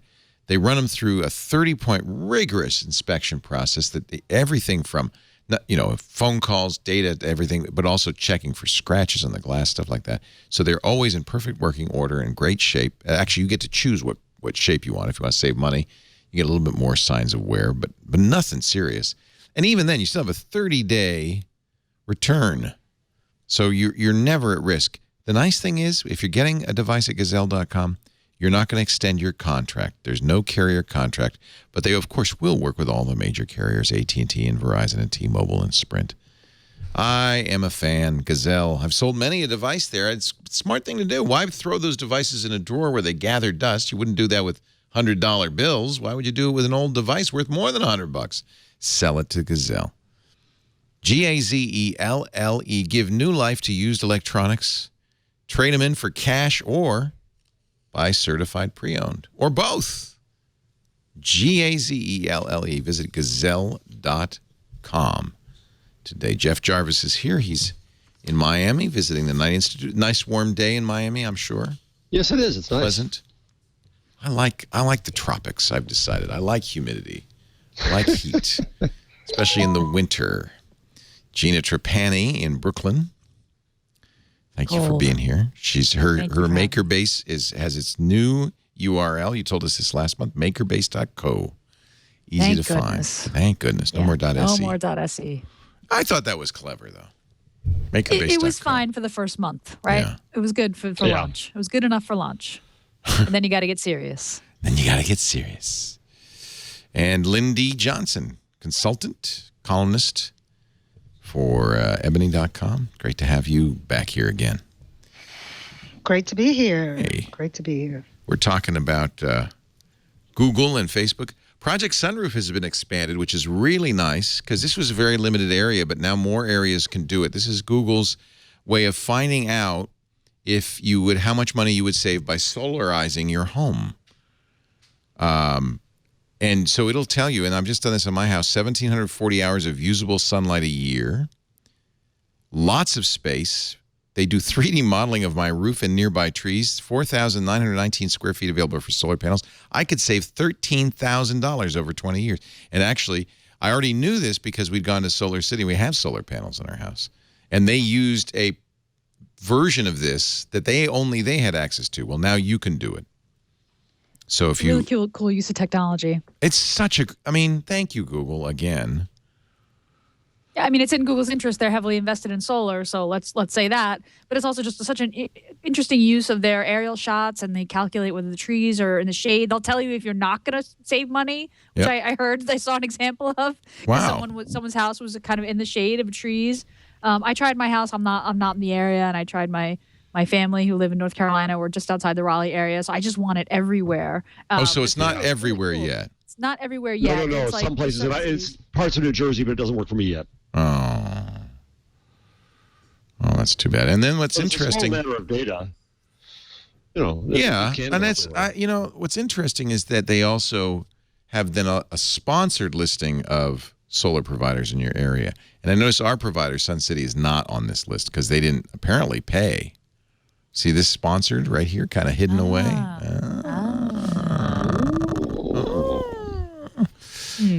But that's useful still, and just you should know that that's an ad as opposed to all the solar providers in your area because it's leaving out the one that we used.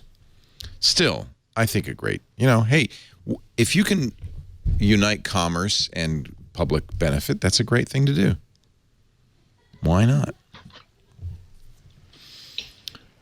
Think with Google. What is Think with Google? It's like an insights. It's an insights marketing kind of. So they do like market research, and they look at different consumer behaviors. So this is an article on Think with Google. Why gamers should be part of your audience strategy.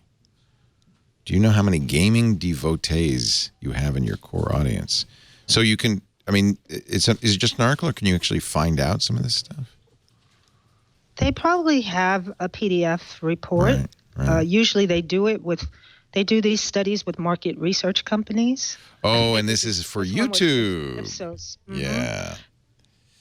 So the Ipsos says that YouTube gamers are more likely to purchase certain goods than others in the general population. So what they're calling a YouTube gamer is even someone who sits and watches game videos all day. Oh. Like my 5-year-old son. Yep. He doesn't do it all day, but he does sit and watch. Our 13-year-old does it all day, or would if we allowed him to. Yeah. Watches other people play games. Yes. Yeah. On the cruise ship, I had to take away his iPhone. He's like, we're in the Bahamas. There's a You're going to kiss a dolphin. What are you looking at Minecraft videos for? But it's just, they don't watch TV. I was watching Gilligan's Island at his age, which is better. Yeah. Right. Well, this is interesting. So if you're a brand or you have something to sell, this is probably a site you want to know about. Thinkwithgoogle.com.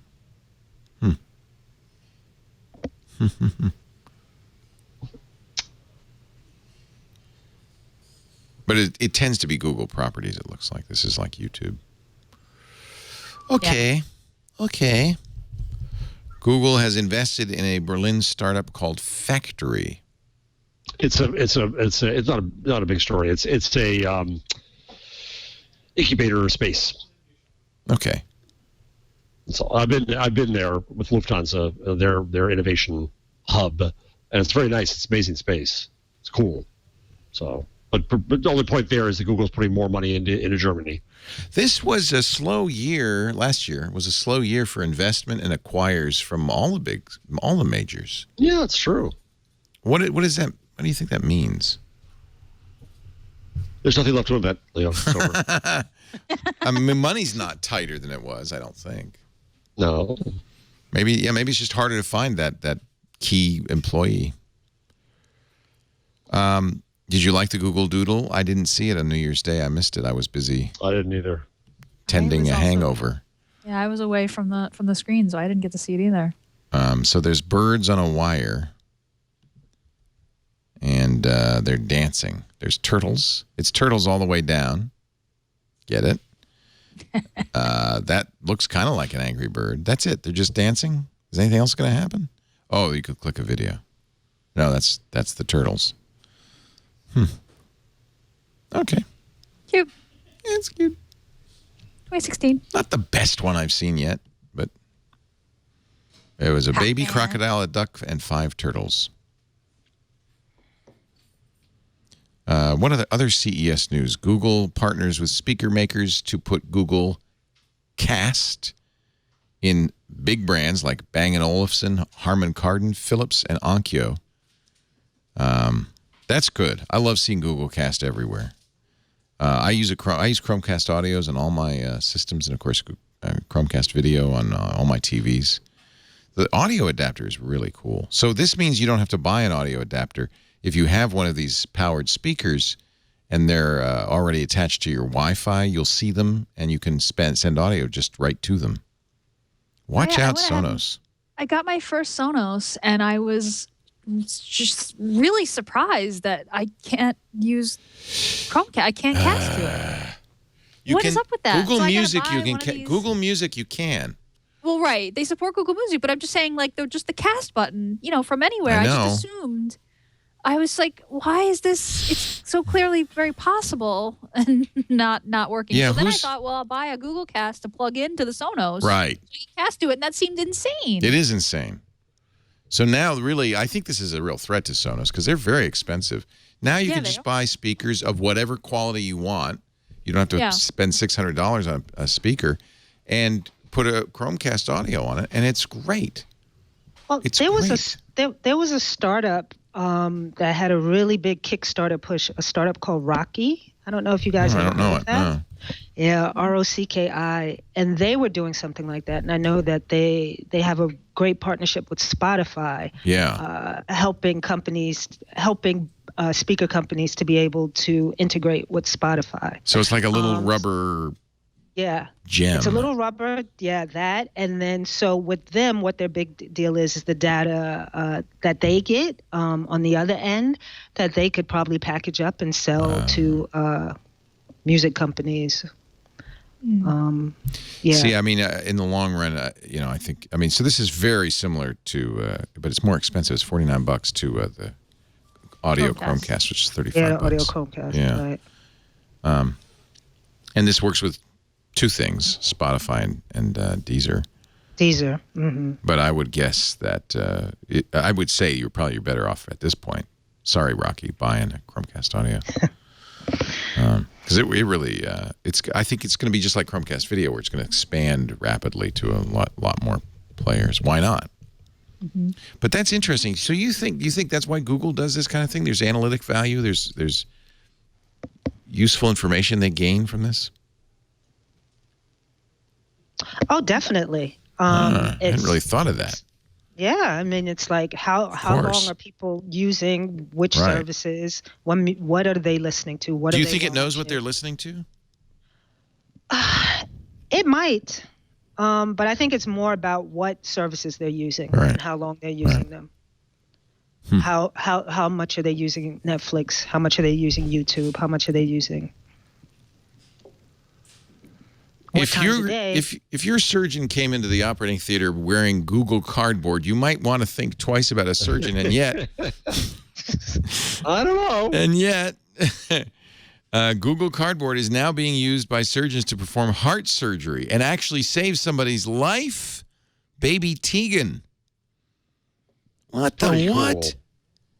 Because they mapped, it was a tiny baby that had only one lung and a heart that was malformed, and it went into the other side of the body, and very tiny, very difficult to navigate. And so they did a virtual model of the space that the doctor could then. So he kind of like can tour where he's going to go during surgery ahead of time. Exactly. That makes sense. We had on the new Screensavers a really neat project to do 3D modeling. Same thing, 3D printing a physical heart and lung for before infant surgery, so that the surgeon could see what it's going to look like and plan his attack. I think that's actually very clever. Cool. Yeah. Wow. And this baby Tegan, the operation was a success. So not during surgery. This was before surgery. Thank God, no. Because I want and this is one situation where I want glass over cardboard. Yes. Surgery. I want him to see what he's looking at. No, this is really cool. This was at the Miami's Nicklaus Children's Hospital, and 4-month-old Tegan Lexon was successfully operated on. Wow, that's really great. I'm excited. I have to say, all of the VR things. I mean, even just these videos I shot on the ship, which work with cardboard or Gear VR or just your phone. It is a different experience. The immersive video really is a different experience, and I think it's a nice way to do it. I had kind of had hopes. I had this fantasy with this Rico that I'd be kind of able to do vlogging. You know, and if you're somewhere where there's more to see than just you, it's great. Like like on the trip, it was great. So you would be talking to the camera and people could look around, or you could be just talking, or instead of just staring at me. Yeah. Right. The funny thing is you have to kind of get used to, you want to aim the camera at what you're talking about, and you realize you don't have to do that. Right. It's just there. You just hold the camera, and then what I eventually kind of said is, well, and if you look over there, or see over there, and you just keep holding the camera, and they can look over. It's like you're talking to somebody. It's kind of cool. Cool. Yeah. I really like that. There are, speaking of Brillo and the Internet of Things, there are finally some products being announced. The CES is, every year we'd go to CES and we'd go to the Smart Home Pavilion and we'd look, and it would just be, there's a lot of great stuff. Nothing talks to anything else. And you just have to pick one and use that. But Brillo, which is Google's Internet of Things, and Weave, which is their language, announced at Google I/O last spring, but there are some announcements at CES apparently. This is from an article in The Verge. Asus is announcing a smart home bridge built on Brillo. So presumably it would do more than talk to other Asus products at some point. Lutron and Insteon. Oh no, this is Apple's HomeKit. So Asus says they're going to do more Brillo-powered stuff as well. Kwikset is making a smart door lock. It connects over Weave. Marvell is making a Wi-Fi chip that speaks Weave. That's actually huge. And Harman is working with other companies to build Brillo and Weave devices. So early days yet. The problem is, of course, it's not compatible with HomeKit. It's not, everybody's got their own platform again. Sigh. Sigh. At least Google is opening up the protocols. Yeah, right. But I think that doesn't mean Apple's gonna use them. right? Home automation is kind of like video editing. When people start putting video editing out on desktop and eventually on mobile devices, I thought, as somebody who spent a lot of time professionally doing video editing and hating every moment of it because it's grueling, grinding, boring work that takes forever, I thought nobody's ever going to want a video edit. And I kind of feel the same way. It's too much trouble to get a smart home working. It's too much. But you know what? Eventually people do. Now they do video edit. So anyway, a subset of people video edit. A lot of kids do. And I suppose this will be the same. It'll be like that, as if it can get easier enough. We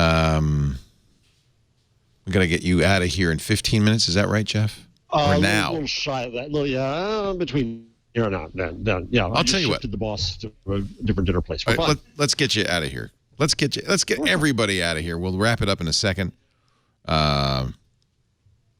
Oh, that's cool. I just got an email. Charge your Karma battery soon.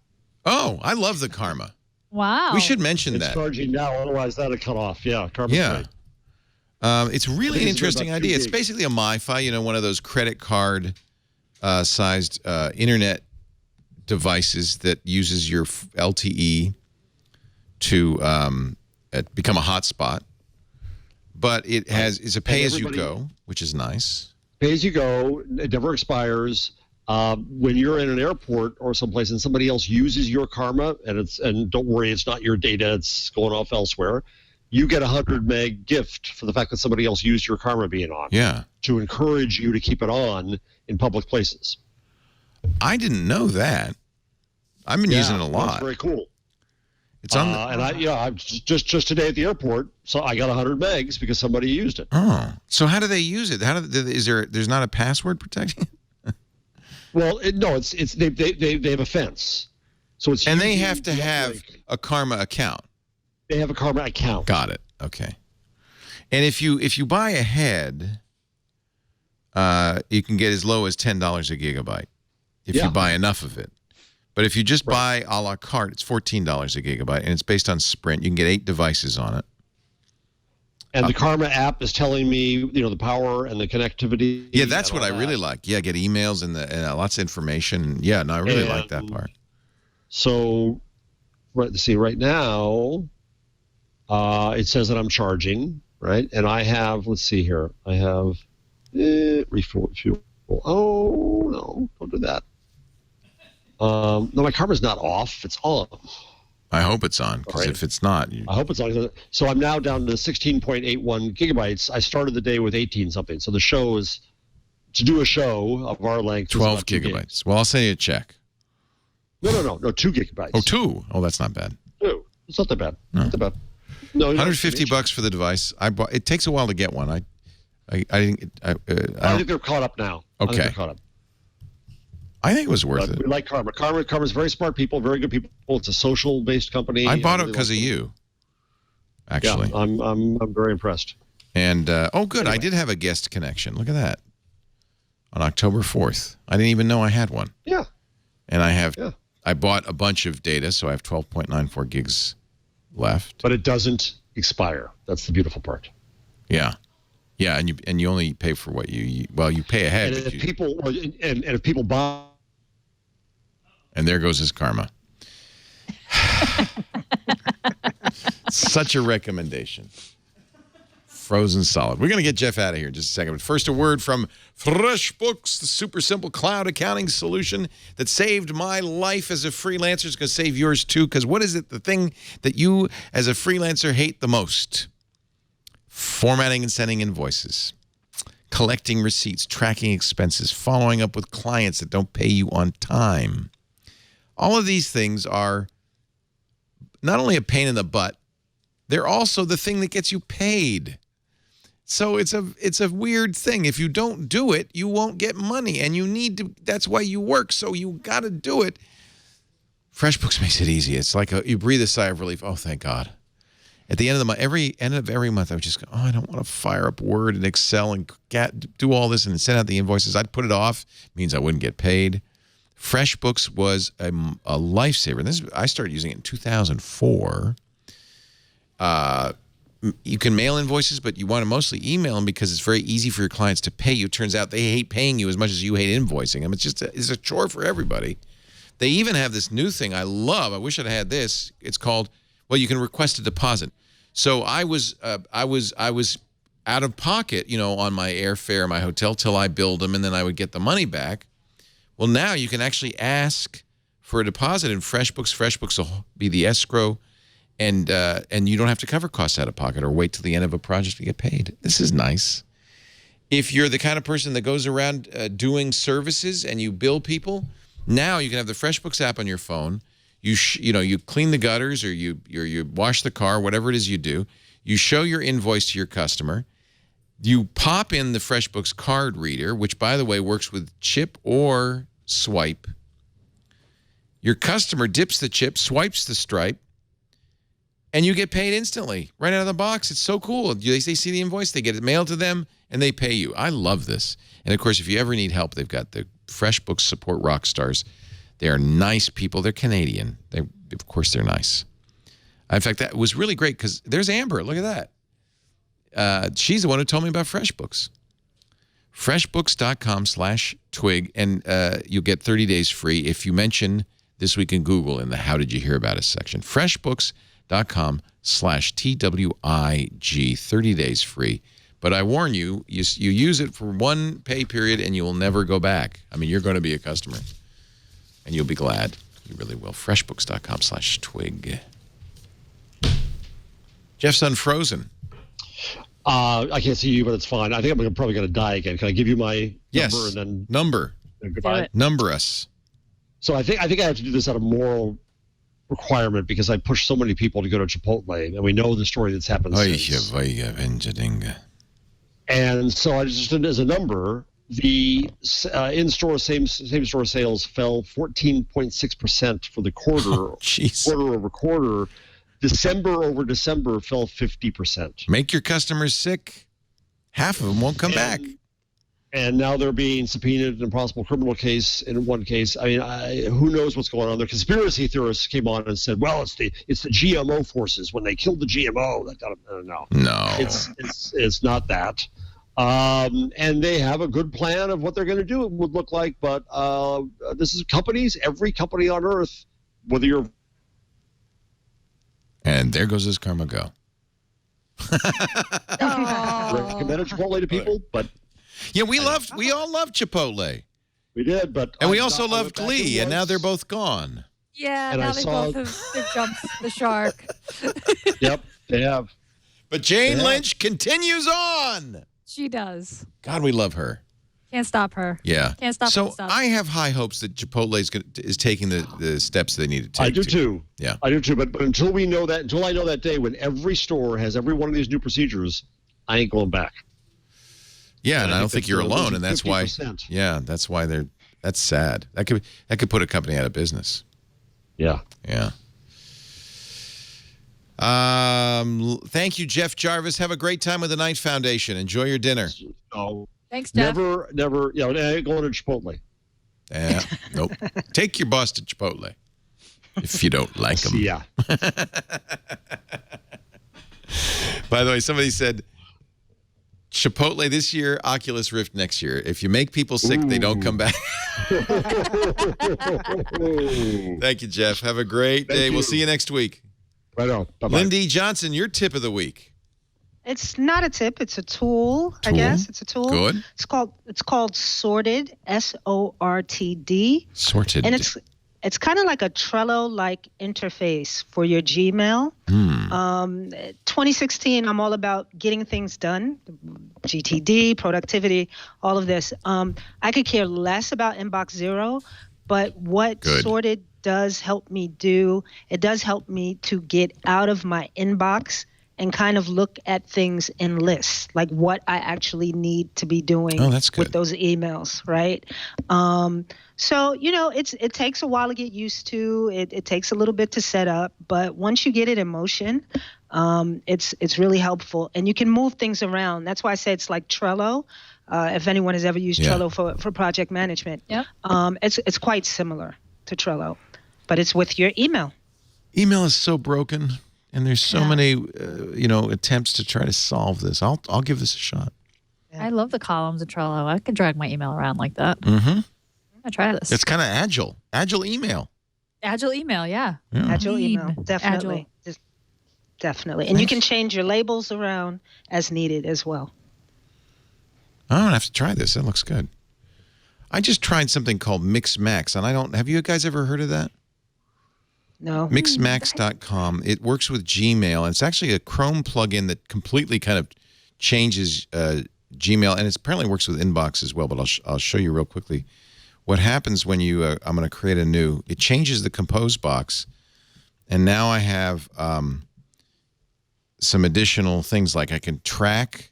I always don't like this, but I think in business sometimes people want to know if can you take down the lower third, because I can't move these.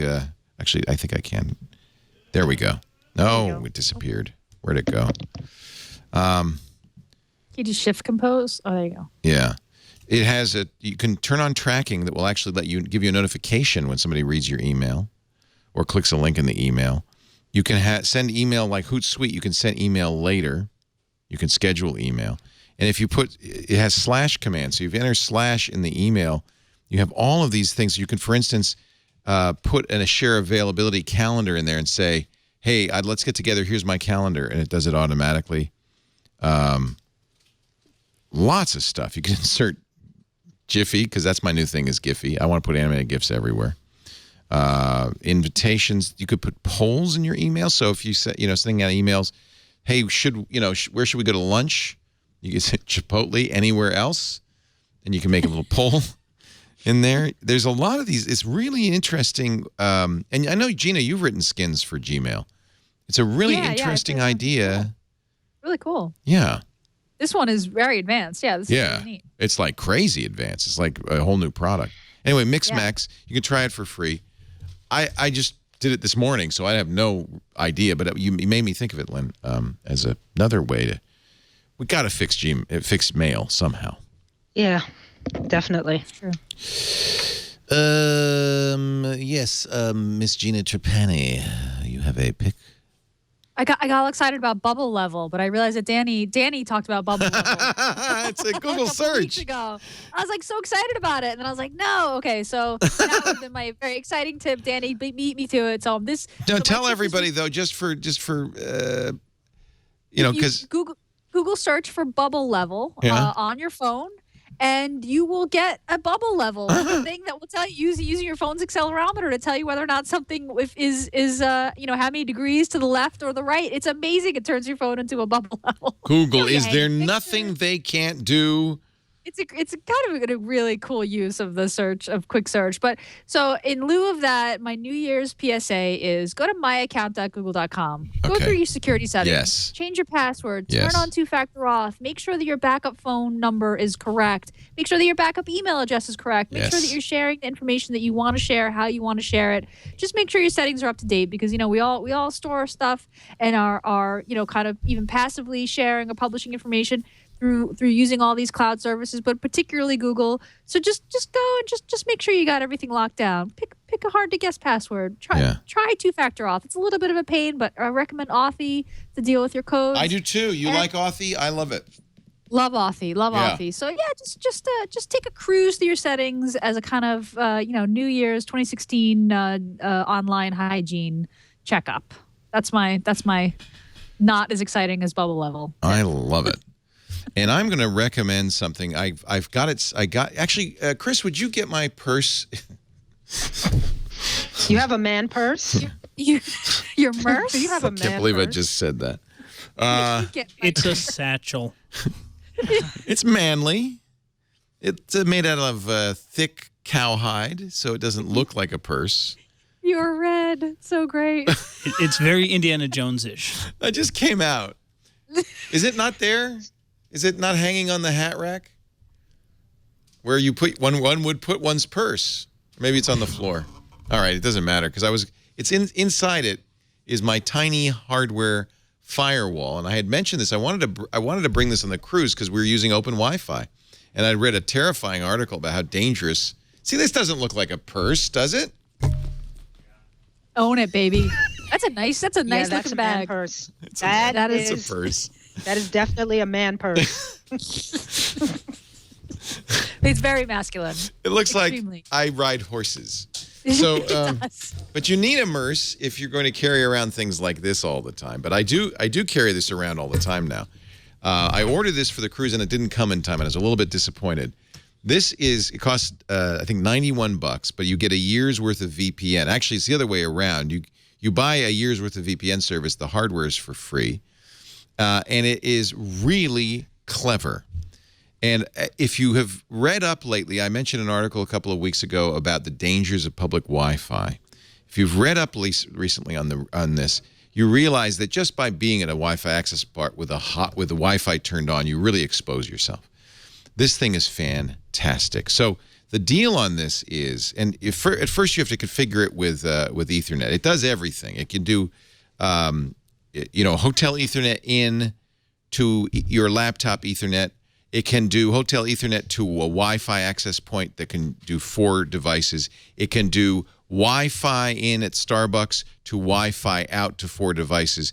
It acts as a firewall, but it also has built-in VPN from Hotspot VPN. So immediately, you can turn it on in the interface, and immediately you're in a VPN. It also has Tor built in. So if you want to be both secure and private, you turn on Tor. It handles it all automatically as in hardware. It is extremely flexible, and I have just fallen in love with this thing. I'm not going to do a full review of it. I will do a full review on security now, and I'll show you how to set it up and everything, or maybe on the new screensavers on Saturday. But you've got to check this out: tinyhardwarefirewall.com. If you use open Wi-Fi access points, absolutely worth at least considering. This thing doesn't need a battery, or doesn't have a battery. It just runs off the USB power from your laptop.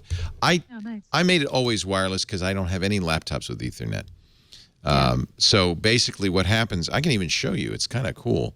I'll plug it into the port on my laptop, and now it's powering up from the juice there.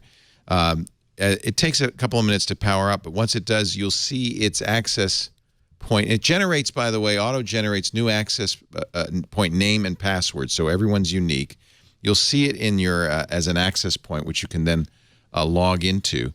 And then you surf to the little web browser in the thing, and you can configure it. You can use it to get onto the open Wi-Fi access point and all of that. Turn on Tor, turn on VPN, turn it off. It is simple, and you carry this around, and from now on, you never will be at risk in an open Wi-Fi access spot. It's a great way to do VPN where you don't have to do any hardware or any software on your computer at all. Computer just thinks it's surfing.